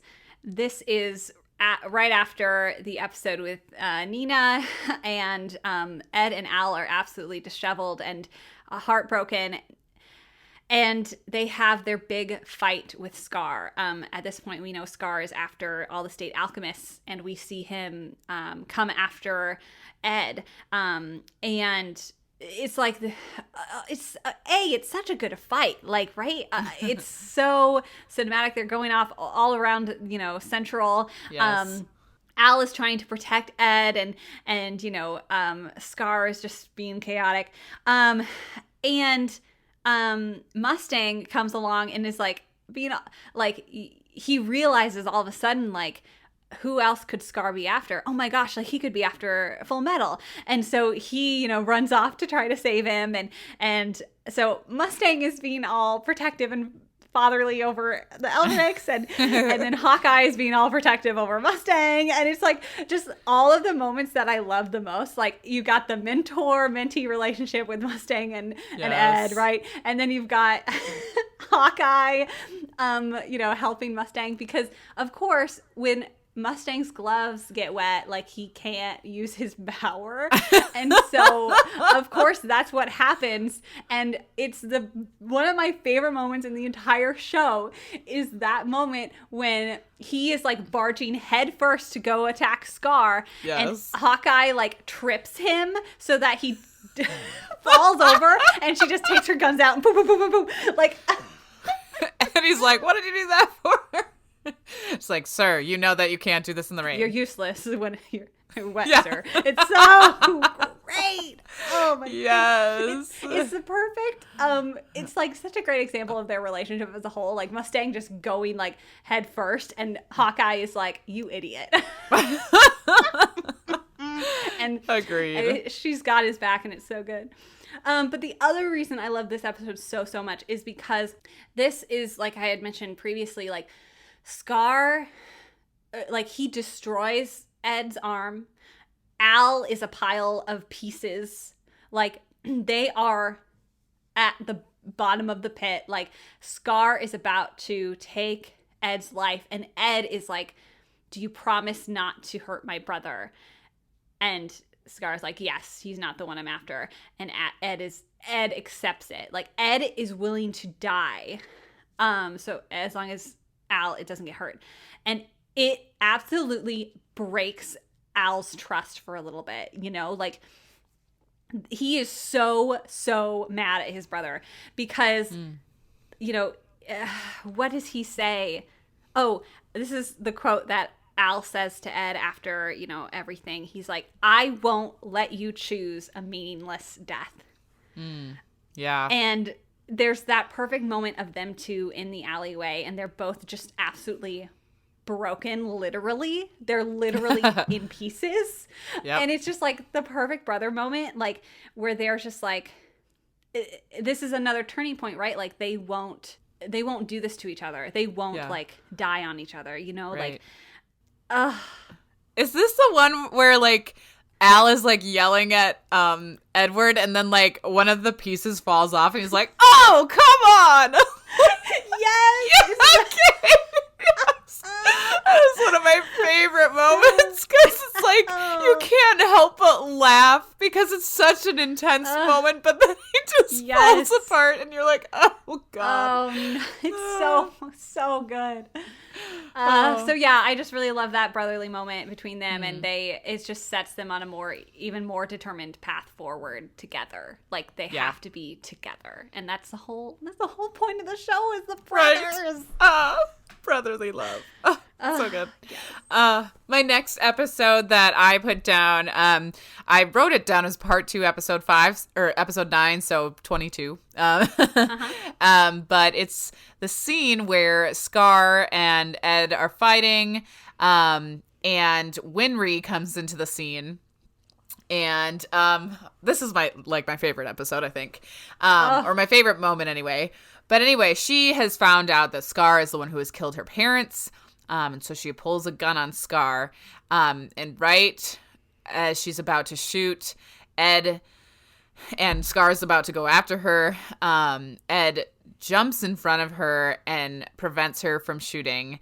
And it's just like a really powerful moment because after all the chaos is over with and Scar has left the scene, Winry's crying and she's just like, why did you prevent me from doing that?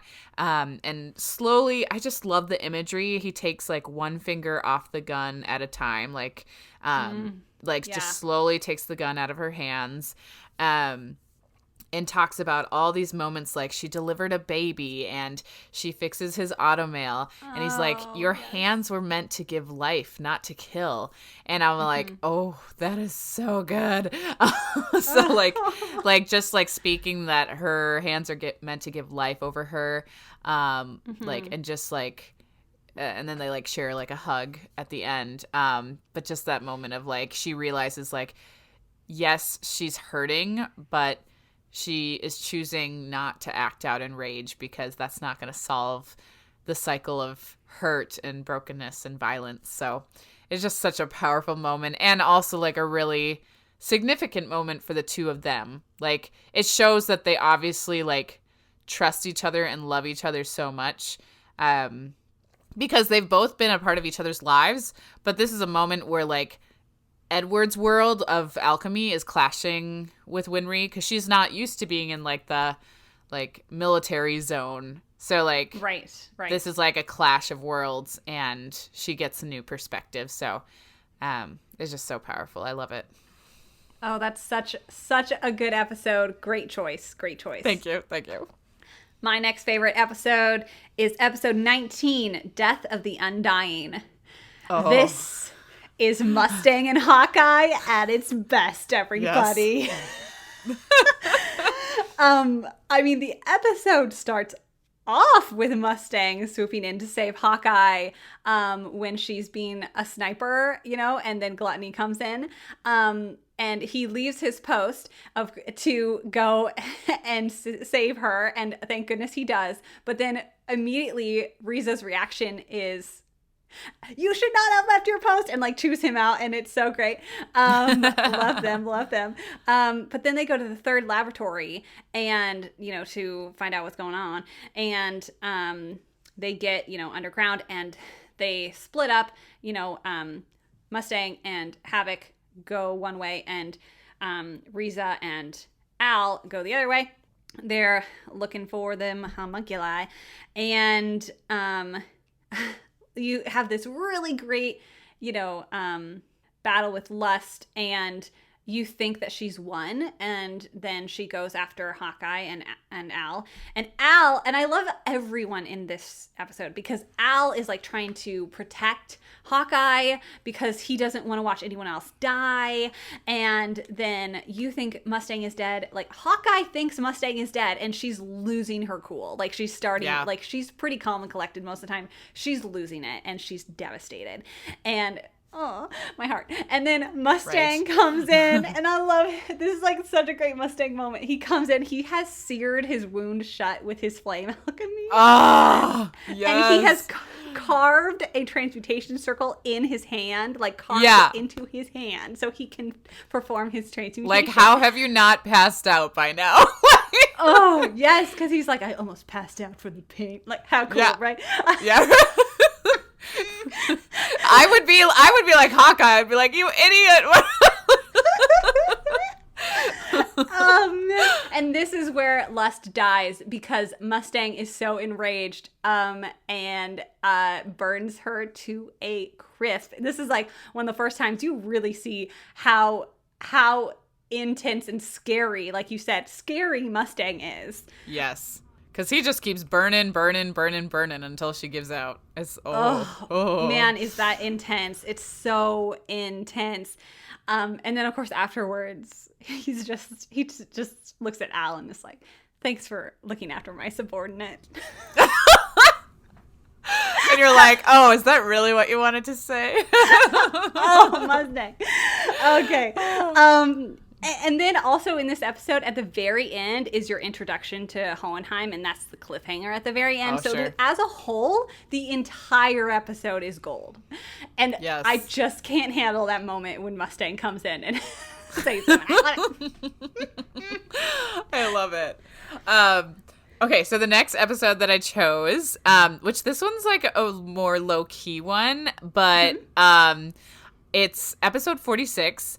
And I just, like, love all of these episodes that are building up to the Day of Reckoning, which is... Yeah. Okay, people, the Day of Reckoning is, like, 15 episodes long.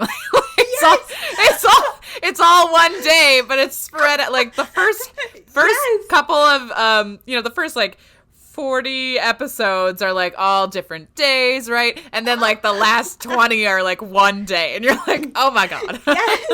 Like, when I was rewatching it this time, I realized that, because I was watching and I was like, oh, they're about to get to the promised day. Oh, we're almost to the end. And I look it up and I'm like, oh, no, we still have, like, a quarter of the anime left.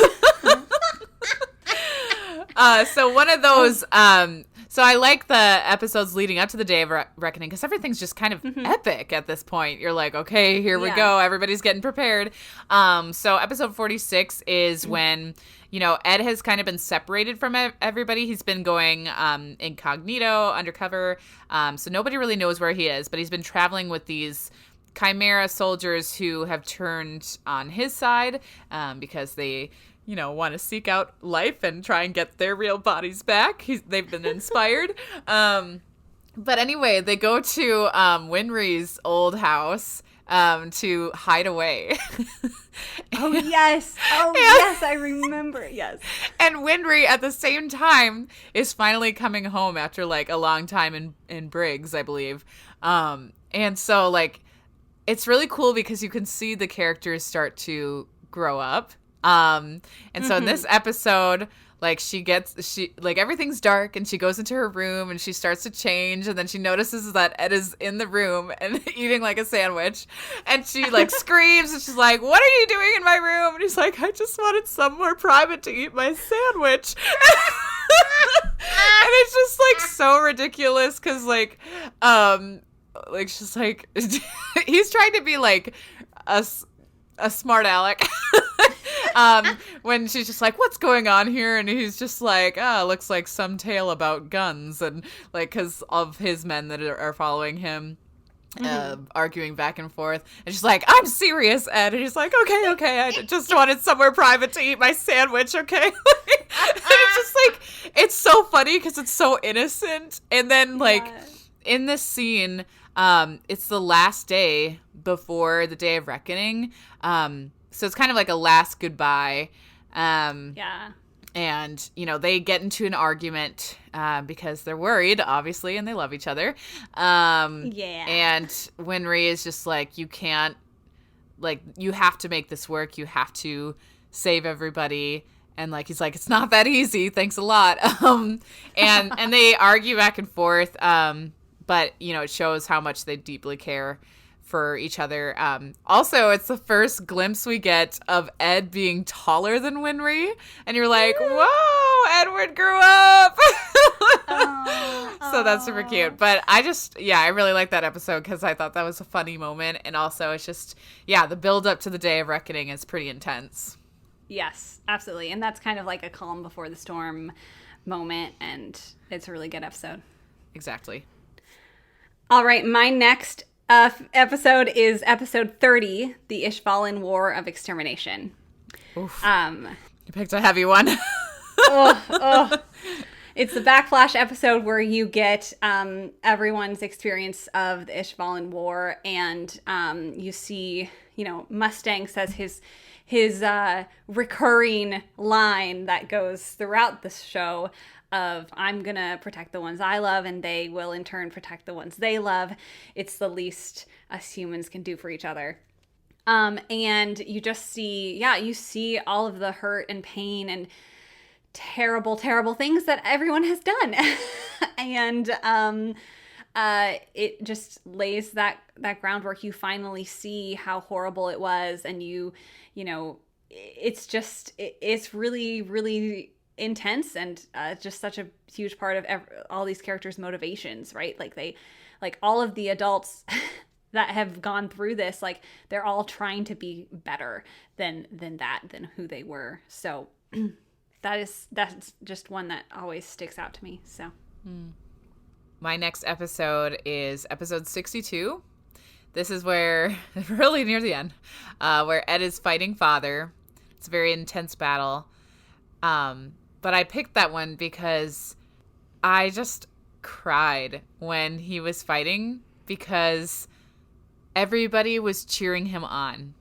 Mm-hmm. Like everybody who was watching, all the military friends, all his family, the people from Shing, everybody was like saying, "Come on, Ed, you can do it, Ed." Like literally like as if it was like a sports festival or something. Like they're just like cheering him on, and like to see that support of all the people that he's met along the way, of all the people on this journey who have helped him to get where he's at, and to show how much they care about Ed and Al. Like they care about their cause, not because they're just cute kids or they're really talented alchemists, but those two boys have impacted these people in so many ways, and with their kind-heartedness and their passion and their compassion, like they're wanting to like help others. And so it just was so moving to me in that moment to see basically all of the characters in one place, yes, just supporting him. And I was like, this is it, this is beautiful right here. This is like, to think about, like, it's that life lesson of like, surround yourself with the people who encourage you and lift you up, because like that is where your strength comes from. And it's very evident in this episode. Oh, so good. So good. So good, in fact, that I've been saying all of mine in order. I'm going to skip one so I can talk about episode 62, also on my list, A Fierce Counterattack. This episode's so great. It's on both of our lists. You get Al sacrificing himself for Ed's arm back, because I mean, what a moment. What a moment. Like, Father is stepping towards Al. You see towards Ed, excuse me. You see Ed has like a piece of rubble like sticking out of his arm. Like, he's stuck. His other arm, his mechanical arm, is broken. He can't do anything. And of course, like, he transmutes by clapping his hands together. And so he can't do that when his arm is shattered. And like, Hohenheim is has fallen. He's running out of energy, and like he can't help, like he can't get to him. Al is shattered physically, like, and his soul seal is like close to breaking. And so he's just like, someone's got to do something. And so he asks May to throw her a long distance transmutation stuff so that he can bring Ed's arm back. And it's just the most epic moment.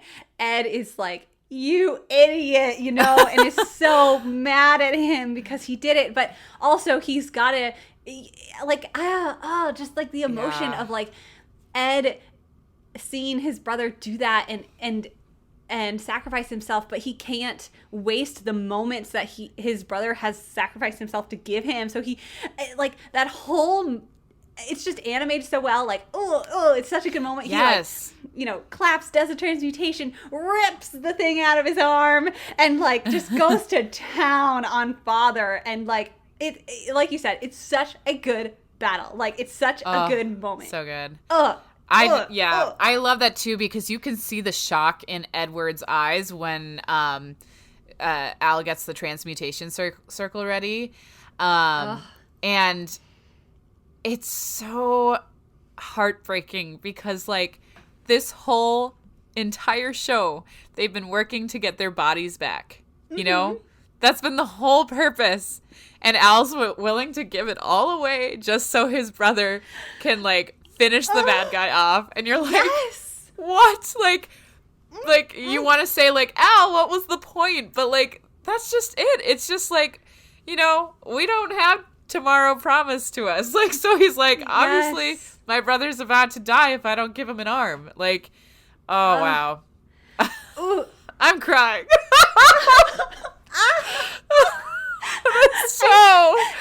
And, like, right before Al does the transmutation, I love this line so much because it's part of, like, the themes that I want to talk about. But right before he does that, he says to Ed, "Keep moving, brother," and then he transmutes himself. Oh yeah, so good. And then when he gets back into his body, like, through the portal of truth, he's like, now we leave it up to brother, and it's just like, But it's also, like, hopeful in that, like, you know, he's gonna wait there, and he knows that his brother's gonna come back for his soul. So that's also really powerful. They have such a bond. They do. Oh, so good. And yes, this episode, man, this episode. All right, so what's your last one? My final one is not nearly as epic, but it's the last episode. Yes, it is. The last episode. For several reasons.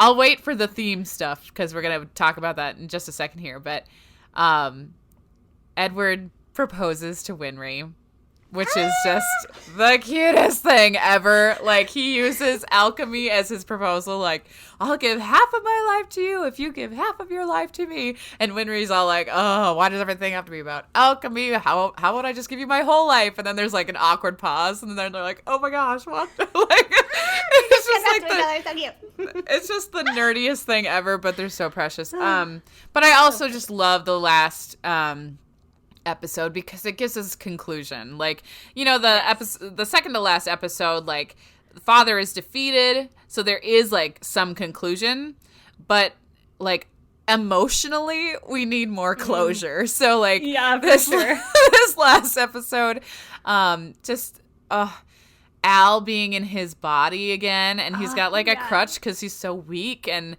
you feel for him, and then, like, just all the loose ends being tied up, like, whether it's, you know, our Shing folk going back to their country and making things right, whether it's, you know, Hawkeye working on his plans for the future with the military, or excuse me, Mustang and Hawkeye, but, you know, Mustang primarily.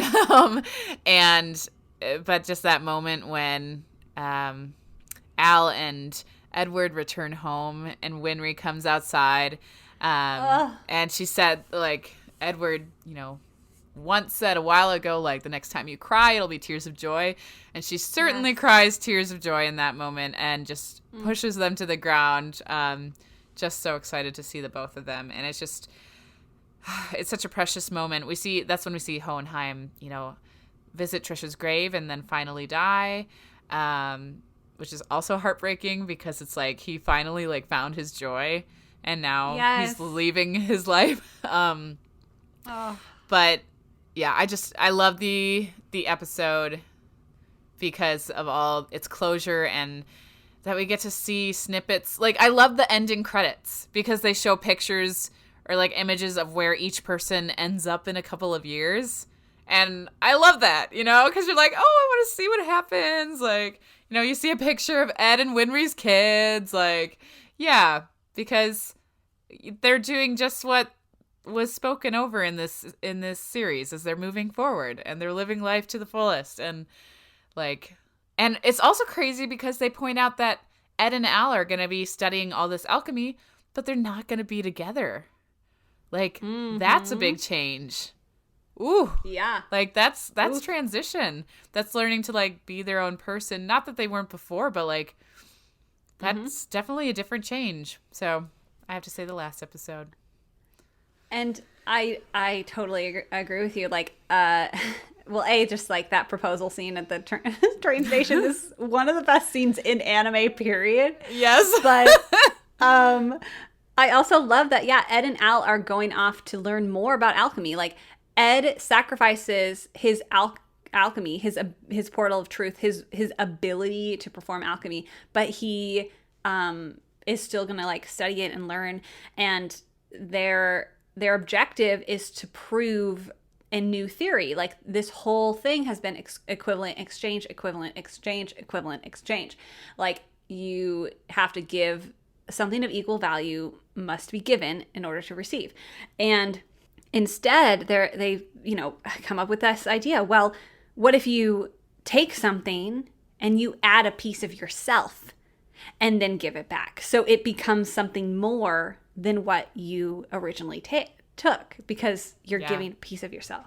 And so I really, really love that idea of that being kind of like the final like bullet point at the end of this this whole theme and idea, and that like, yeah, you might, you have to work hard to receive things in life, but you're also like giving part of yourself to it too. Like, it's just a really lovely idea. So I good choice. Thank you. It's really hard not to. I'm glad you mentioned it, because my fifth is not that, but it truly is one of the. It's just such a good episode, and like I said, like rarely do anime give us such such closure and at the end. Exactly. Like, it's so great. Whew. All right. For my last one, I want to mention. I want to go backwards a little bit. If you haven't noticed, a lot of mine circle around Mustang and Hawkeye. What? So this one is no exception. It might possibly be my favorite episode in the entire series, and it's episode 54, Beyond the Inferno. Oof. This is Mustang and Envy. Oh, my goodness. Yes. This is such a good episode. Oh, my God. Such a good freaking episode. This is one of, like, if not the pinnacle moment for Mustang, in that he is finally, after searching the entire series, he has found the one responsible for Hughes's murder, and it's Envy. And Mustang, just like, this whole show talks about revenge and like this cycle of violence, and Mustang loses himself in this fight against Envy. And I just love this episode so much, because you just have so many great moments. You've got because Envy can like turn into and look like other people. Like, Envy ends up looking like Mustang, and then Hawkeye figures it out and like realizes that it's not actually Mustang. I love that little moment. Like, I love that Mustang like does get really like defensive and protective over Hawkeye, but like it's all, and he's seeking vengeance, but it's all for the wrong reasons, and Ed is concerned about, and Mustang too, so Ed and Scar come back to help him, and in the end, like, Hawkeye is like has a gun pointed to Mustang, because she's like, Mustang has previously it's been established that Hawkeye has permission to shoot him if he like ever strays from his path, and he has in this moment. This is like his lowest point, even lower than a few episodes in the future. He loses his eyesight, which is like the pinnacle of his existence, and yet this is even lower than his physical abilities. Like, he's losing his emotional way, like he's losing his soul in this moment. Like, he just wants to destroy Envy. And like it's such a moment. Like, it takes more than Hawkeye. It takes Ed and Scar to get him out of this mentality of revenge. And I really, one of the things he says is, because Hawkeye, has the gun to his head, and he's like, well, what will you do after this? And she's like, well, I'll end my life as well. And I'm just like, oh, no. I know. He's like, oh, well, I can't afford to lose you, too. And it's just like, oh, stop. And then, of course, like, Ed is there, and they're all talking him down. And, like, it's so crazy. And Mustang says, I love this quote, scolded by a child, lectured by a man who has been my enemy, and you, I've done it again. I've hurt you. How foolish could one man be? Oh, that says it all. Oh, he's talking to Hawkeye and it's just like, oh. That is such a good moment. So of course I love it because I love Mustang and I love his development, and this is like that point, like, because he can get past this because he has other people around him, right? Like, that's the whole thing, right? You have other people with you and around you. And so it's because of everyone else and the people that he surrounded himself with that he doesn't, lose himself. And right. It's such a good episode. It's so good. And you also get Envy in that moment being like so confused, right? About humans. Like, you guys should all be fighting each other. Why are you, doing yes. this? Oh, man.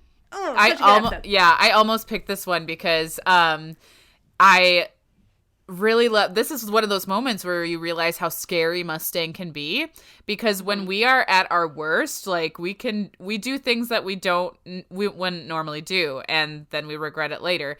And like, Mustang he has gone over the turning point of his rage, his revenge, and like, thank God that all of them were there to calm him down. Because like you said, I don't think he would have calmed down with just Riza as much as he loves her.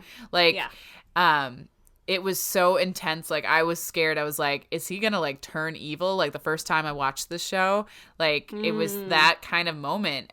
Because he really let the hatred consume him. Yes. But it was the people that loved him around him. Even his, once enemy, who, like, he's not like super involved in his life or anything, but he understands like what needs to be done. And then lastly, yes, I love the development with Envy too. And that we realize that Envy is jealous of humans. Like, he wants what the humans have. And that's a powerful idea in itself of like, humans do suck sometimes, but like, to be human is a beautiful thing too. I love that episode. That's very good. And I'm just going to go ahead and use this as the transfer moment into the theme of just humanity in this show. Like, you have humanity versus the homunculi. You have Father wanting to be a more perfect being than a human. You have the homunculi thinking they're better than humans. And yet you really see throughout that that might not really be the case in all of their cases. And this episode has so many good moments that I want to bring up. So, like, for example, like, one of the things Ed tells Mustang, like, Mustang is just in this furious rage, and Ed's like, is that the face you plan to wear when you're leading this country? Is that what you want to be, Colonel? Another monster? Like, is... who's a monster? Colonel's turning into a monster. Like, you have to be human.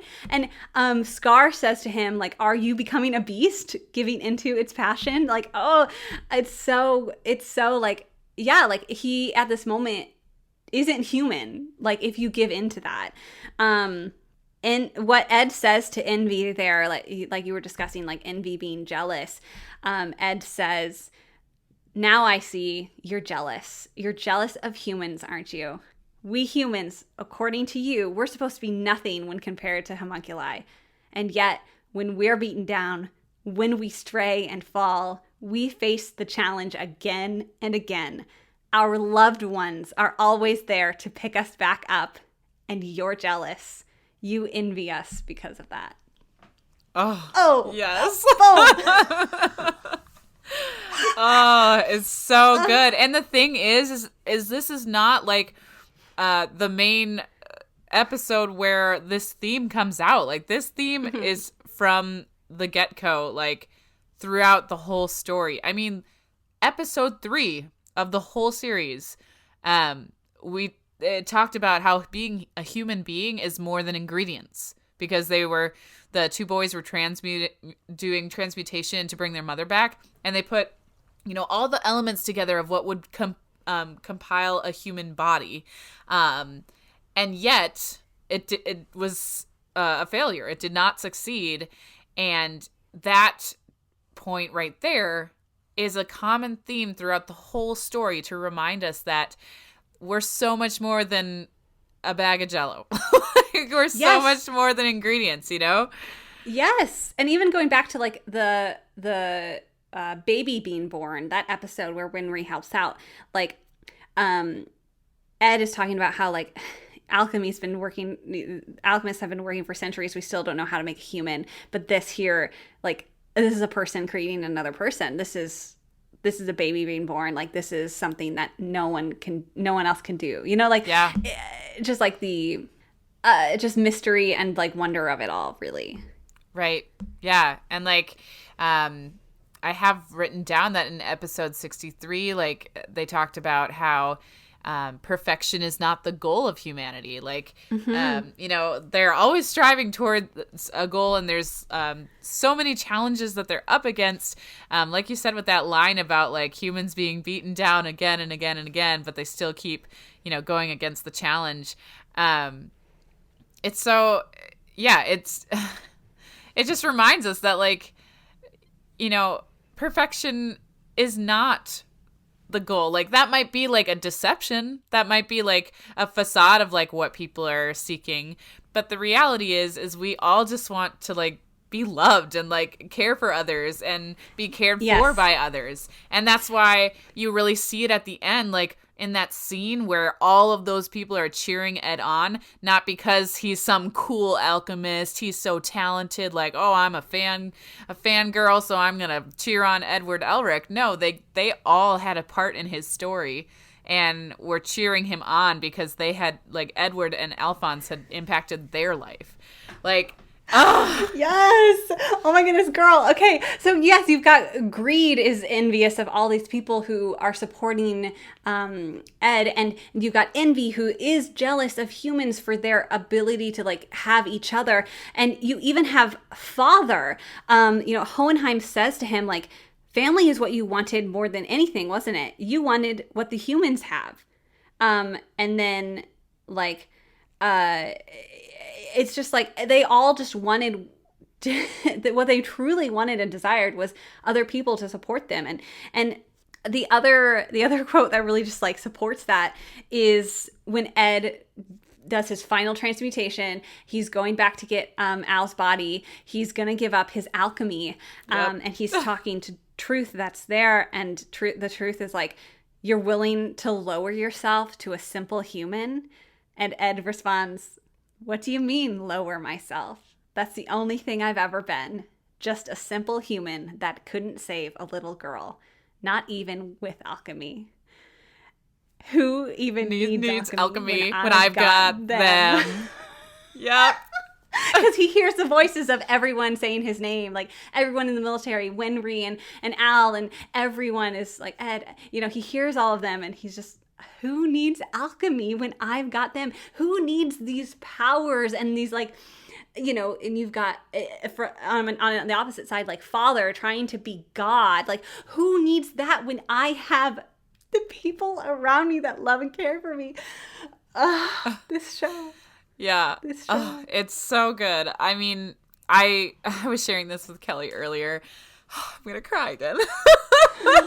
This is just so good. I hope you're encouraged by this. And it's so good.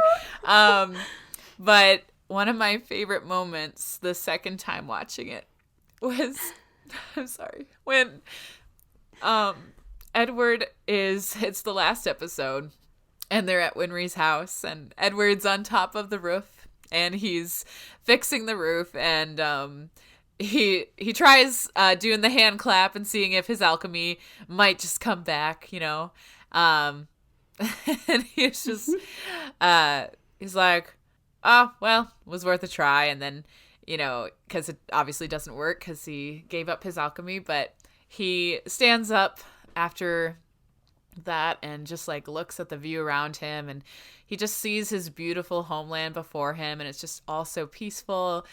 And then he just says, "It was worth it." And that part just like brings me to tears, because it just reminds me that, like, yes, alchemy is super cool, and like he is like, that is a big part of his identity, and I think it's awesome that he can do that. But like, at the end of the day, it is the people that he loves and cares for that are worth living for, not his cool abilities. And it's just a good reminder that, like, it's so easy to put our identity in, like, the things that we can do. Though those are a part of our life, like, at the end of the day, how we love and the people we surround ourselves with is, like, what truly matters. Absolutely. So it just, it's so... I'm just crying so hardcore right here, because it's just so beautiful to me. Like, because, you know, if I were in his shoes, I'd be ticked off because I'm selfish. I would be like, oh crap, come on, I lost my alchemy. I love doing alchemy. Yes. But Edward is just so okay with it. He's so, like, even grateful. Because he's just like, it doesn't matter. Because, like, I have my brother. I have Winry. I have all the people I love. Like, and that's what matters. Oh.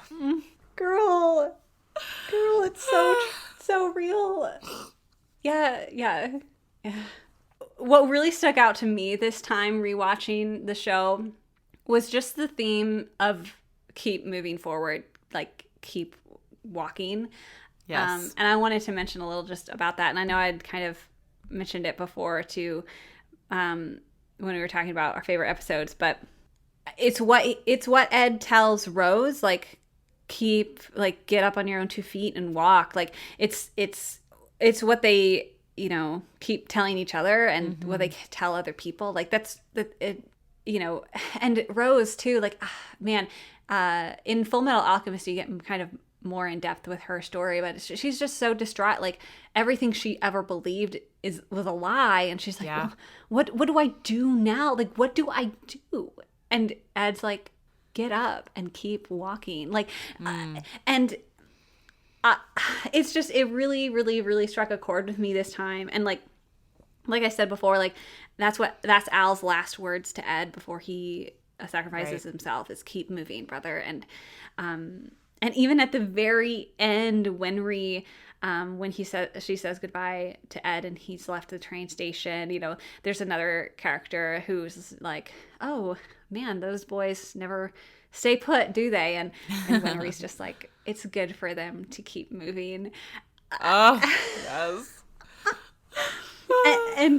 And even like Gracia tells the boys, like, when they find out about Hugh's death, they're like, she's like, don't blame yourselves. Like, keep moving. She's even everyone, every time they hit a roadblock with, you know, their mother, or whether it be Nina, whether it be Hughes, like, it's just again and again, like, keep moving.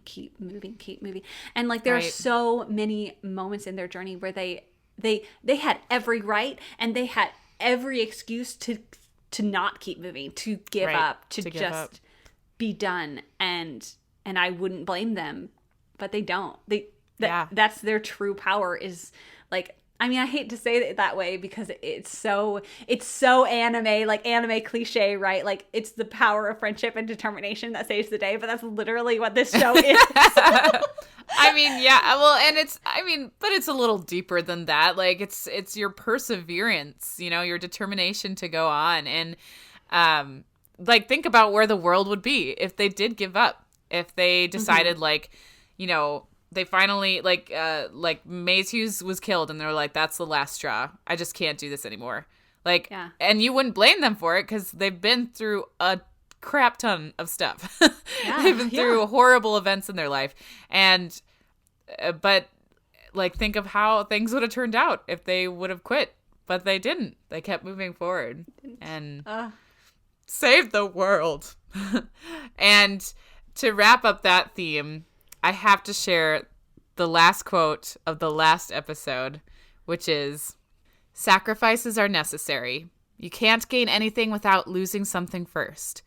Although, if you can endure that pain and walk away from it, you'll find that you now have a heart strong enough to overcome any obstacle. Yeah, a heart made full metal." Oh! Yes. So good. Yes. It makes me cry. I know. We're a wreck right now. Or I'm at a wheel of the show. I like to think that I'm super composed when I'm on this podcast, but not today. We're talking about Fullmetal Alchemist Brotherhood. Yep. We are not going to make it through unscathed. We're a basket case. It's fine. It's fine. It's fine. All right. Now that we have wiped our eyes dry, I wanted to talk about ships so that we could, save that for the end here and talk about some positivity and geek out about some things after dealing with the heaviness that is this show. So, not that the themes weren't negative, but they were just emotional. It's just we gotta. I mean, who knows? This section might make me cry too. But Captain Emma, ahoy! All aboard the ship. Captain Emma. I don't know which ship I don't know which ship that you're riding today, but my vote's on Winry and Ed. I don't know if you can tell everybody, but SSS Mustang and Hawkeye setting sail on my end of the day. It seems that we might have a race on our hands on these waters today. I don't think it's much of a race because my boat has already blasted yours out of the water with pinpoint accuracy. Oh, I think not. All right. So let's dive in. Tell us about Winry and Edward. Winry and Edward. Well, first of all, they've just got such a funny dynamic because they grew up together. So they've got kind of that rivalry back and forth, love-hate relationship, yelling at each other all the time, but they love each other. Yes. But I really just appreciate, how non-angsty they are. They are angsty with their emotions, but it's never oh, how does she think, or how does he feel, blah blah blah blah. It's never they're letting their emotions completely take over them. They've always got the heart of the mission as their focus, and that's what bonds them together. And but yeah, she's just always there for him because literally she had to be with his automail. But then, over time, they've realized that they've just always been there for each other through everything. And he's the person, or she's the person that he wants to see after he finally comes home after a long journey. It's just so cute. And I just, I love how they are not sure, how to transition into that couple stage because they've been so close for so long that they're how do we cross the line and start to be more than just friends. And so one of my favorite moments is when Ed is on a hospital bed again and Winry is fixing his automail. And Edward is reminded of a conversation with Hawkeye about well, you love her, don't you? And and now that Ed is with Winry, he's just freaking out because he's not sure how to talk to her. Yes. And so he starts listing off the elements of the periodic table just because he's just I don't know what to do. Oh man, it's one of the best scenes. He's just trying to get his mind off of it. And then Winry mutters under his breath, why did I have to fall in love with this idiot? And then he's wait, what? They're so adorable. Oh my gosh. I mean, once again, I love that scene with him in her room with the sandwich. I love the just every time they see each other and Edward's like got his broken arm and she's just like, what have you done? And like there's like a big, I love anime because like, you know, those tropes of expressing a character's feeling. There's one time where Ed breaks his arm and like she just has a straight face and like this demon god like rises above her, like displaying her anger. And then she always hits Edward with a wrench, so he's got like blood draining from his forehead. Or like one time she throws the wrench at him and his soul comes out. And Al's like, oh brother, I'll get your soul, don't worry. And pulls it back in. It's so good. Oh my gosh. Oh my gosh. Oh wow. I could go on, but like I could see how in this race, if it is a race, how it's easier to see Hawkeye and Mustang because they're like in the battle together. Whereas like Winry and Edward have to do more long distance with their relationship. So like sometimes it can feel disconnected. But they're just like the distance between them does not ever throw them off. Like they know like what they're waiting for and they're willing to wait for it because it's worth it. But yeah, I love their relationship so much. They're just sassy little kids that grew up. Oh, they're so cute. Like in any other anime, they would be my favorite couple, like hands down. Any other anime. Like they're so supportive of each other. That's my thing, right? I love it when they're supportive of each other and like of course, as they should be. It's a good relationship. Yes. Oh, it's so good. And just like, yeah, all the moments that you mentioned, like the ones that are funny, the ones that are heartwarming, the ones that are gut wrenching, like just absolute perfection. And like, and Ed, you know, so many anime guys don't respect women, but Ed does. Like this whole show, honestly, you know, like it's so great because again, so many strong female characters. They don't do any of the stupid fan service stuff that you see a lot in anime. Like it's so great. And Ed and Winry are just so freaking cute, and they're both such nerds. And that ending scene on at the train station is so cute. So cute. I cannot. And like the moment where she like Ed and Al are walking away from her, and she's like, when did Ed's shoulders get so broad? And she's like, oh no, girl. I see you checking him out. Like, have I been falling for him all this time? La la. Yeah, it's so cute. Also, we have to mention that Al is the biggest shipper of them. Like, yes, he's the captain of that ship. He really is. From the get-go, he's always like, Edward. Yes. Oh, Winry's here, Edward. Like, it's just, he's always in the background, like, or like when Al and Winry run into Rose, and Rose is like, oh, I miss Edward. And Winry's like kind of missing him too and makes a little face. And Al's like, Winry, what's that face for? Yes. Oh my gosh. One of my favorite moments, I tried to screenshot it and I totally forgot about it because I was going to send it to you. But it was like literally one of the first few episodes. I think they were in Rose's village, but like at the beginning of it, of that whole arc. And like there was a moment where like Ed said something about Winry. And then like Al did this like sharp turn of his head and like had a like super like cheesy grin on his face. And it was like literally like episode like, I don't know, 6. Like it was so early. And you're like, oh, from the beginning, Al has been shipping them. The whole time he is shipping them. It's so cute.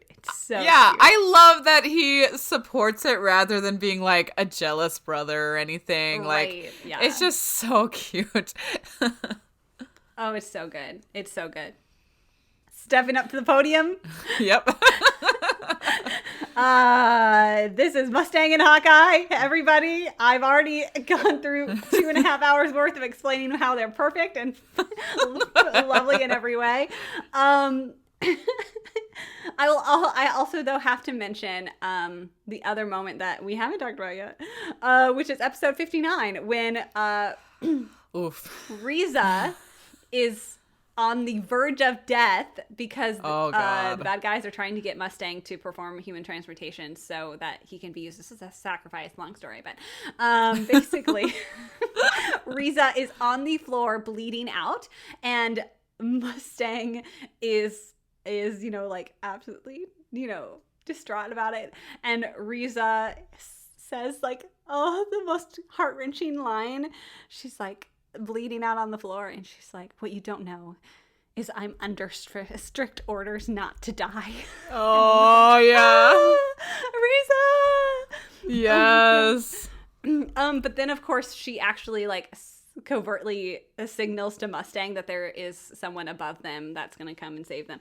But and they've been together long enough that Mustang can catch it. Like he almost didn't catch her signal, but like they're so in tune to each other that he can read all of the signals. And like what I love about this couple, okay, is that like they just know each other. They don't need a confession scene. They've already had it probably. Like it's like they're older. They've been through so much. Like like we mentioned before, her father is the alchemist that like taught Mustang and also like discovered this flame alchemy. And so like they've, known each other for a long time, and then they were both in the Fallen War together, and like it's just what I love too is like they yes, they love each other. It's just they support each other and they're there for each other and they got each other's backs, and like they don't have any big romancy scenes, but like they don't need them because they've got bigger fish to fry. Like they're on a mission, and their mission is more important than them being together, Mm-hmm. And also the other part is like some people might be like, oh, but they don't like, have too many of those moments. Although after that scare of like her almost dying, like Mustang does hug her and it's so cute. But like also if they had a lot of those moments, I wouldn't like it as much because they still are, colonel and lieutenant. Like Mustang is still her superior, and if they had more than this, I would feel uncomfortable. Like it's not because it's not appropriate, and they know that they can just say so much to each other with so little, and the little tiny things they do, and it's so sweet and perfect and lovely and beautiful, and I love them. And like, oh man, gosh. So like officially it's not technically canon because they don't technically end up together, but they're always together. Like they are two peas in a pod. They don't need to define the relationship. They're already like together in it forever. Like, and yeah, he becomes Führer, and she's, at the end you see the picture of him being Führer, and she's still there like as an, officer, because she's not gonna just become the Führer's wife. She's gotta like be on the front lines with him, like right. Because yeah, they just I like to think, this is my headcanon, that eventually when everything is made right, Mustang has fulfilled all of his dreams, and they have both just brought peace to the land, that he, his successor comes up and he stops, being the Führer, and they both retire peacefully to the countryside in their old age and live together happily ever after. So. Oh, so cute. Do you think they'd be okay with that? Like, I feel like they'd get bored in retirement. Oh, you're right. They'd get so bored. They'd be like, I need to be in the action. Well, maybe they retire to Risenbull, and they just pick on the Elric kids for their happy retirement years. Yes. Okay. Yes. I can see it. Yeah, I love these two. Yes. I just love them because they protect each other. And it's romantic. But yeah, they've been working so hard together for years that like, yeah, Riza like moved her eyes a certain way, and he knew like what that meant in that episode. Like, it's just crazy to me. But yeah, they're really there for each other. One of my favorite moments is when all of Mustang's like closest men or military people are separated. Like, they're, you know, some are put to the north and to the east and the west. Like, they're all separated so they're not in close contact. And he's seen like all of them except for Hawkeye, and he's like, wait, where's Lieutenant Hawkeye? And he's like all worried. And then like he turns around and she's behind him, and it's just like a really cute moment where it's like, oh, you're there. Like, just wanted to say goodbye. It's so cute. He like just lets his guard down a little. It's so cute. Oh, it's so cute. And then, of course, like because they're basically all being separated because they, you know, are trying to keep Mustang from interfering with things. And they basically hold Riza hostage as Bradley's personal attendant. And it's just like, it's so intense and just so like, Mustang even refers to her like as his queen because he talks about all of these chess pieces, like, and he refers to each one of his men as like these different pieces on the board, and then he refers to Riza as his queen. So Hawkeye is queen. Hawkeye is queen. Queen. Oh my gosh. Yeah, I'll also mention that Arakawa, when asked if they ever get married, she did say, "I can't have them get married because of military regulations, because if they got married they could no longer stay as a superior officer and subordinate."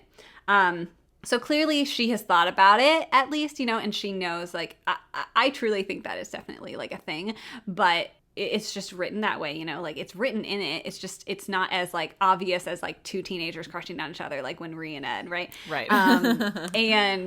And again, like she even says, like, she couldn't have them actually end up together because then they couldn't be in the military supporting each other. So, and that's more important to them, you know, so. Yeah.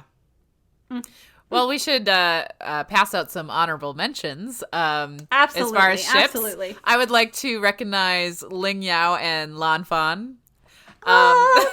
First of all, we haven't really talked about Lan Fan, but she's like his bodyguard almost. She is amazing. Her fighting skills are like crazy. I'm like, you are a ninja. Great. She is literally a ninja. Yeah. Like they say it. But I really love them because they're another pair that are always supporting each other. They're always looking for each other when they're separated. They're like, you know, crying out for each other. And they're willing to make sacrifices. I mean, Lan Fan gives up her arm so that they can escape. Like, it's a decoy. So anyway, that's one of my honorable mentions. I just think they're so cute. Oh, they're so cute. And yeah, Ling just cares so much for her. And it's so precious. Perfection. We've also got to talk about Al and May. Yes. I love how Edward jokes at the end and he's just like, so are you going to become Prince of Shing one day or whatever? It's so good. And of course, Al just retorts right back at him, like, what about Winry? Oh, but I mean, Al's just so gosh darn sweet. And so is May. And like, they're both cinnamon rolls, and they both are just so sweet, and they just make each other sweeter. It's so cute. It's so cute. Like, they're always, as soon as they met each other, they were like caring for each other. Like, where's May? Or where's Alphonse? Like, constantly worried about each other. And I was like, wow, you guys like each other. Wow, that's so cute. Like especially that one moment near the end where Father like totally obliterates everything, and you've even got Hohenheim protecting Izumi and Ed.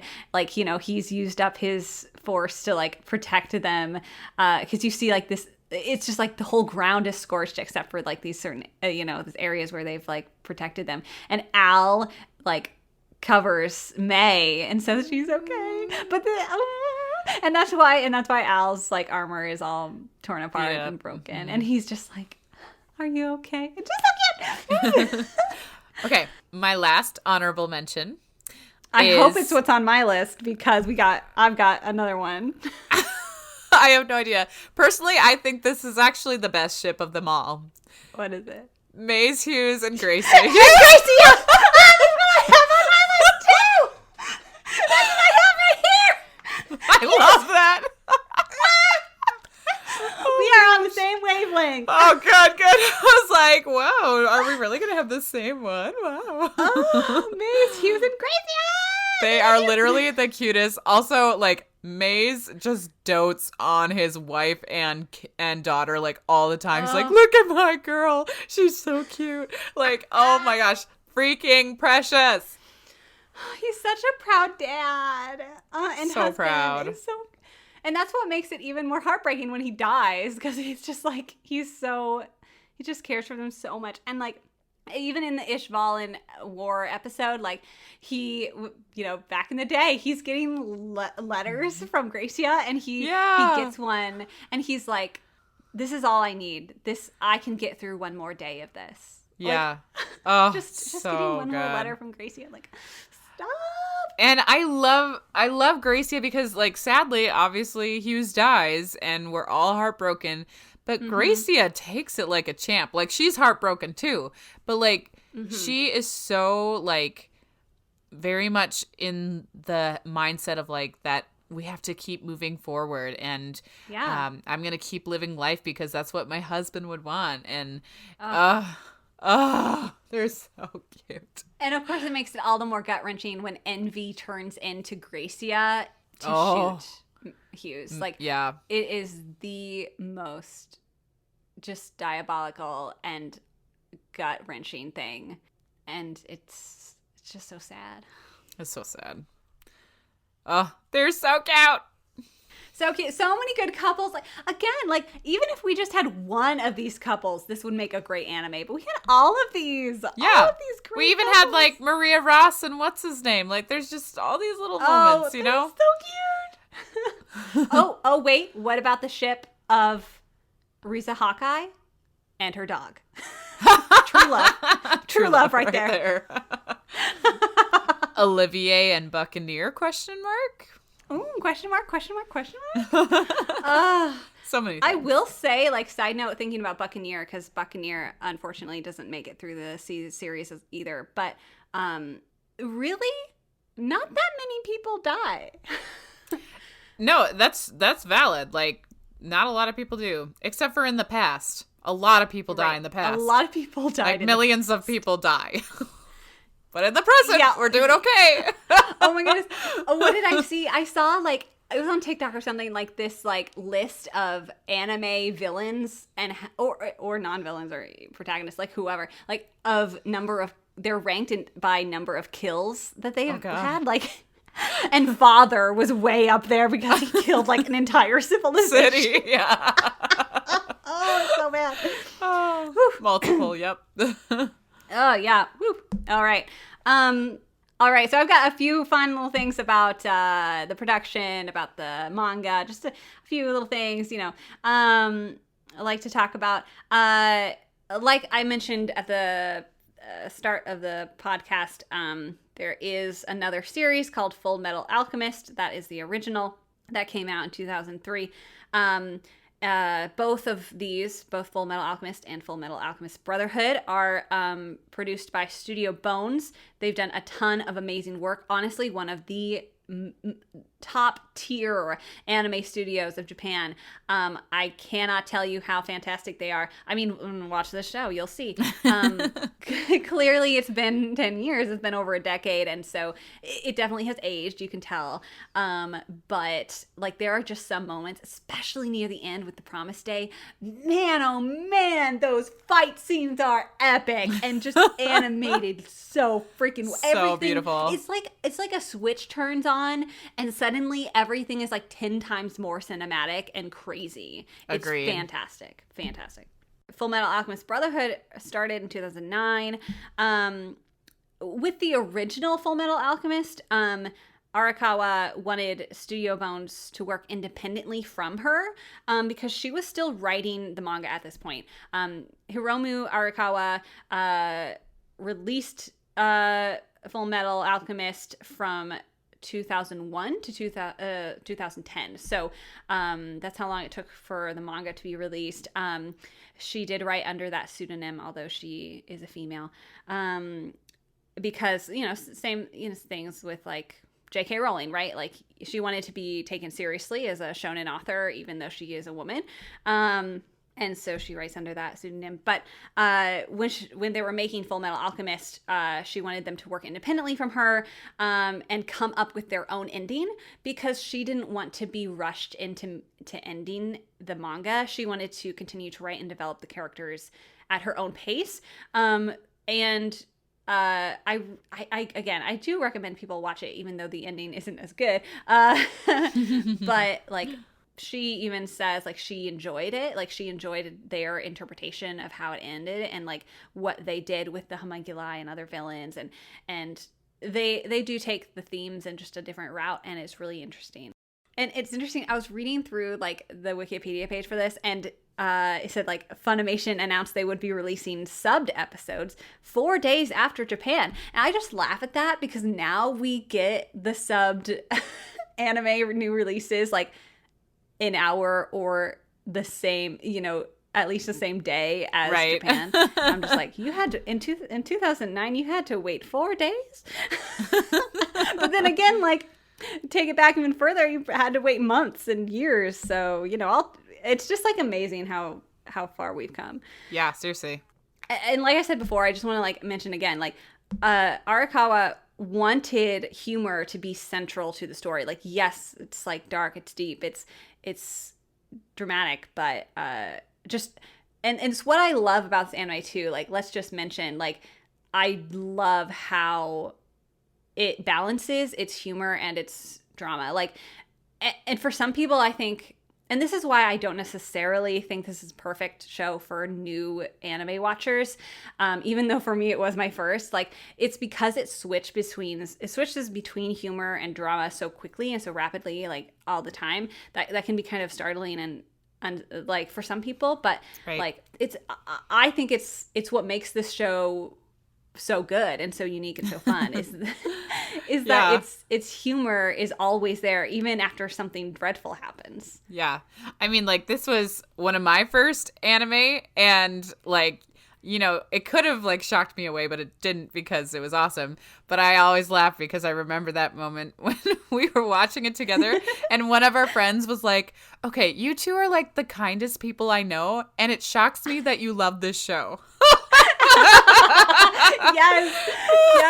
No, it was Kate Callan who's on this show. Yes, as well, that's right. As a host sometimes, and we even had a conversation the other day about that. And she's like, I don't understand how you watch all this like scary anime.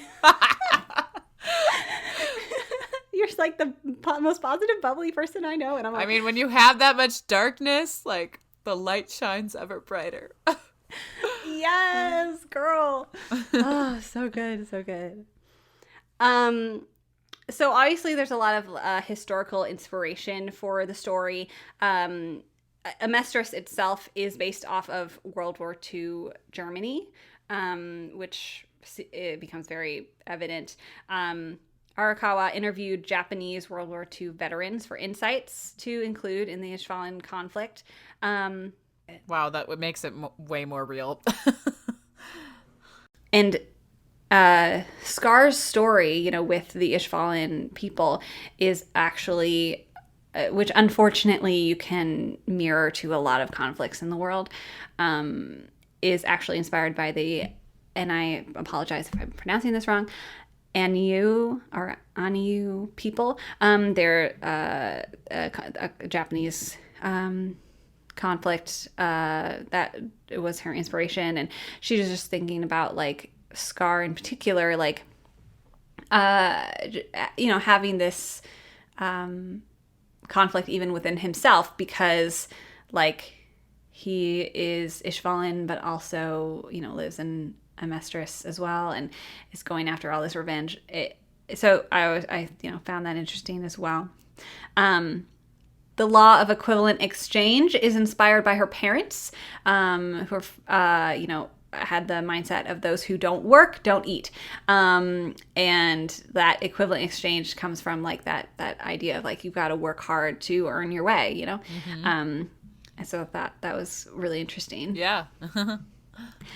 All of the military personnel, their last names are based off of military vehicles, like actual military vehicles, like fighter bombers and all of that. So that's where you get Havoc and Mustang and Hawkeye and Armstrong and all of that. So very fun.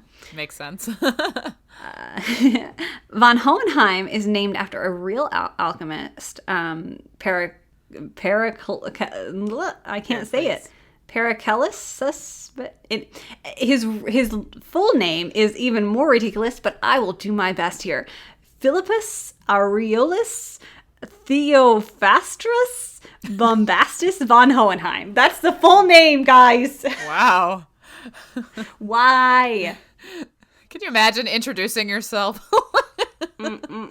Yeah. And she even, the author also said like it was really important for her to include women in many varying different roles. So you do have, you know, Gracia being this mother and supporter. You have General Armstrong being like super, you know, high up in the military. You know, you've got all of these female characters who are all over the place, and you know, you've got Winry's an engineer, you know, and so that was important to her and just really stands out to me as one of the reasons this show is so great.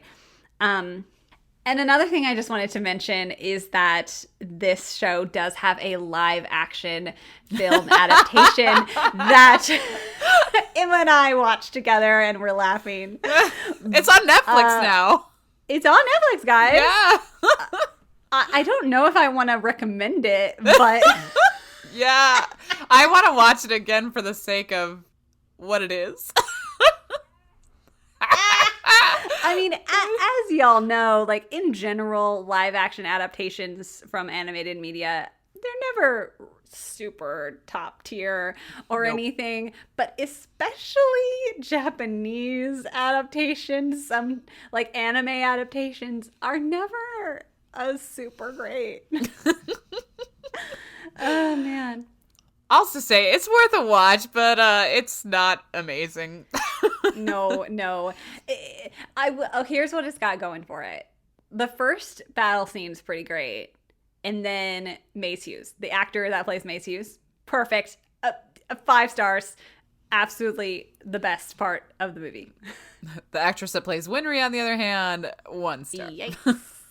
Like, here's the thing. They probably didn't have a big enough special effects budget to animate Al's suit of armor the whole time. And so what they ended up doing is they put Winry in the role of Alphonse when they go and meet Dr. Marco and all these things. And so you've got Winry being the companion character instead of Al, and so you lose that dynamic, which is the heart of the entire series. And then you also turn Winry into, instead of a BA engineer who can go toe to toe with Ed, she becomes the happy, bubbly, I'm the girl character. Yeah. Dumb. Kind of a bummer. But we won't continue on that path with this episode because we want to keep her. We talk about things that we like on this podcast. Yes, exactly. I wanted to mention that it exists. So anyway, I mean, to sum up my thoughts on this show, like going into this rewatch, I was really wondering, like, is this still my favorite anime? Because, you know, like, this was the first show anime I ever watched, and like that, I feel like that could be a big bias, and I've watched a lot of anime since then and really great anime, and going into it I just wasn't sure, and now I can firmly say that Fullmetal Alchemist Brotherhood is still my favorite anime of all time. Totally. And here's why. Like, yes, you can get better animation by watching Demon Slayer, you know. You can get even more intense romance from like Snow White with the red hair. You can get a more in-depth, well-crafted, crazy political action drama from Attack on Titan. But you know what? You can't get all of them at once in any other show. Yes, so true. You know, something that I was talking to Kelly about earlier was how, you know, on that episode we did with the review of 2020, I had mentioned that Fruits Basket has become my new favorite anime of all time. And, like, I kind of hesitated when I said that because that's, like, a really big step to say that. Mm-hmm. And though it is my favorite, like, anime in the romance and slice of life drama category. Yeah. After rewatching Full Metal, which I rewatched after that episode, I've changed my mind. Yeah, girl. And after all the anime that I have watched as well, Fullmetal Brotherhood is my favorite anime of all time. And it is perfect. It's got that blend of humor and the strong themes and these character development and, you know, romance for me and yes. You know, the drama, like, and the intensity, like, it's just, it's so good. And I think because it just has such a powerful message, it brings it to the top for sure. Yeah, it all comes together so perfectly. Mm-hmm. Every single part of it is done so well. Yeah. Yeah, man. I also want to just say that it was a delight watching this again because since Fullmetal Alchemist Brotherhood was one of my first animes that I watched, like, I didn't know all these voice actors, right, that I'm so crazy about today. And so rewatching it, oh my goodness. It's like they put all of the voice actors that they have in the English anime community into one anime. Like, yeah, because like even with side voices, like, I was just, like, blown away because, like, every single voice would be like, oh, that's that person. Oh, that's that person. Like, the whole show, I was like, oh, my gosh. Like, I didn't know this before because it was one of my first anime. But rewatching it was like a family reunion. I was like, oh, my gosh. Like, I mentioned a couple voice actors so far. But, like, I mean, Hawkeye is played by Colleen Clinkenbeard, which is one of my favorites. She, like, is very well known as Urza Scarlet in Fairy Tail. But, like, you know, you've got, like, J. Michael Tatum, Scar and Winry's dad. You've got Kent Williams, who's narrator in a lot of animes. Our lovely Jeremy Jewell, Kyo. That's Barry the Chopper, y'all. What? No. Yes. No. Yes. No. I know. We've got, like, Bryson Bogus, like, as additional voices. He's Hinata. We've got... you know, Eric Vale. Oh, Eric Vale, Kimberly. That's the voice of Kimberly. You know who Eric Vale plays, Kelly? Oh, no. Who does he play? Sweet Yuki. No, not my Yuki! Not my Yuki! And then, like, there's so many, like, additional voices, like, Newton Pittman, David Wald. Like, it just goes on and on. Like, I just, like... For me, like, hearing all these, like, extra voices, I'm like, I feel like I'm, like, listening to the cast of Fairy Tail, just, like, being different people. Like, there's just, like, so many voice actors. It is a family reunion. I love it. Sorry, I'm still in shock that my precious baby Yuki is also, like, this psychopathic killer. Hey, okay, my precious Kyo, Kelly, is freaking Barry the Chopper. He's insane. How do you think I feel? Well, hey, Barry the Chopper at least actually has a problem. Kimberly knows what he's doing is wrong and does it anyway and to the extreme and gives up on humanity. Well, there is that. Ugh. Oh, man. But it's true. So many voice actors. Many good voice actors, for sure. And you'll definitely, like, hear some of the... If you listen to our top 10 anime openings, we definitely have some Fullmetal Alchemist Brotherhood ones in there. Great soundtrack. Great theme songs. So many good openings. It's just very well done. So many good openings and endings. Agreed. So... If you can't tell already, if you've made it through this far, 3 hours worth of content, you better go watch it. It's on Netflix right now, so you really have no excuse. And of course, the whole thing is English dubbed as well, like we were just saying. So yeah, just watch it. Do yourself a favor. It is one of the best shows ever. Period. Done.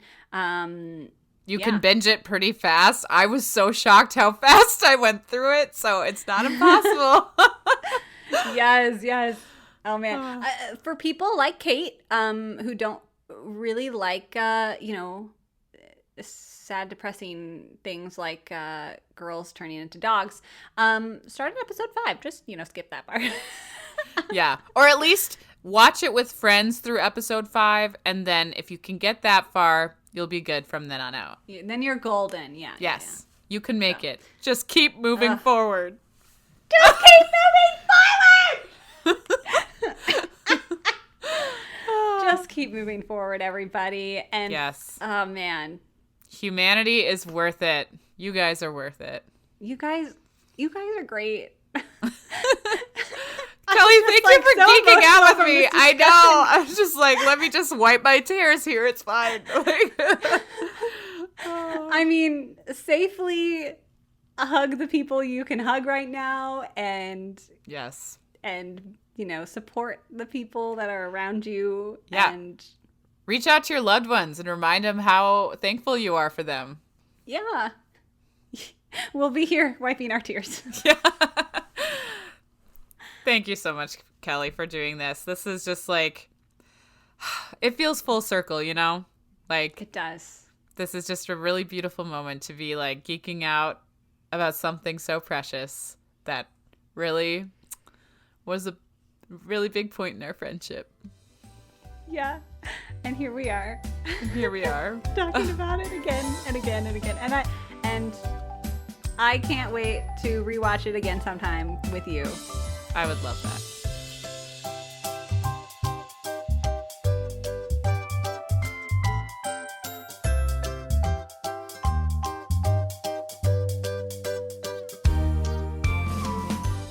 As always, thank you so much for listening. Let us know your thoughts on Fullmetal Alchemist Brotherhood by emailing us at fanimatedpodcast@gmail.com or by messaging us on Instagram and Facebook at fanimatedpodcast. Don't forget to leave us a rating and review telling us what you'd like us to watch next. And if you want the chance to vote for upcoming episode topics and hear bonus content, you can join the Fanimated crew over at patreon.com/fanimated. Thank you so much to everyone who supports the show and made this episode possible. Our music is provided by Purple Planet Music, and the art is done by myself. You can find me on Instagram at CandorDraw. Thank you, Emma, for joining me today, and we'll talk at you next week with a new What You Watchin'. In the meantime, stay tuned and stay animated.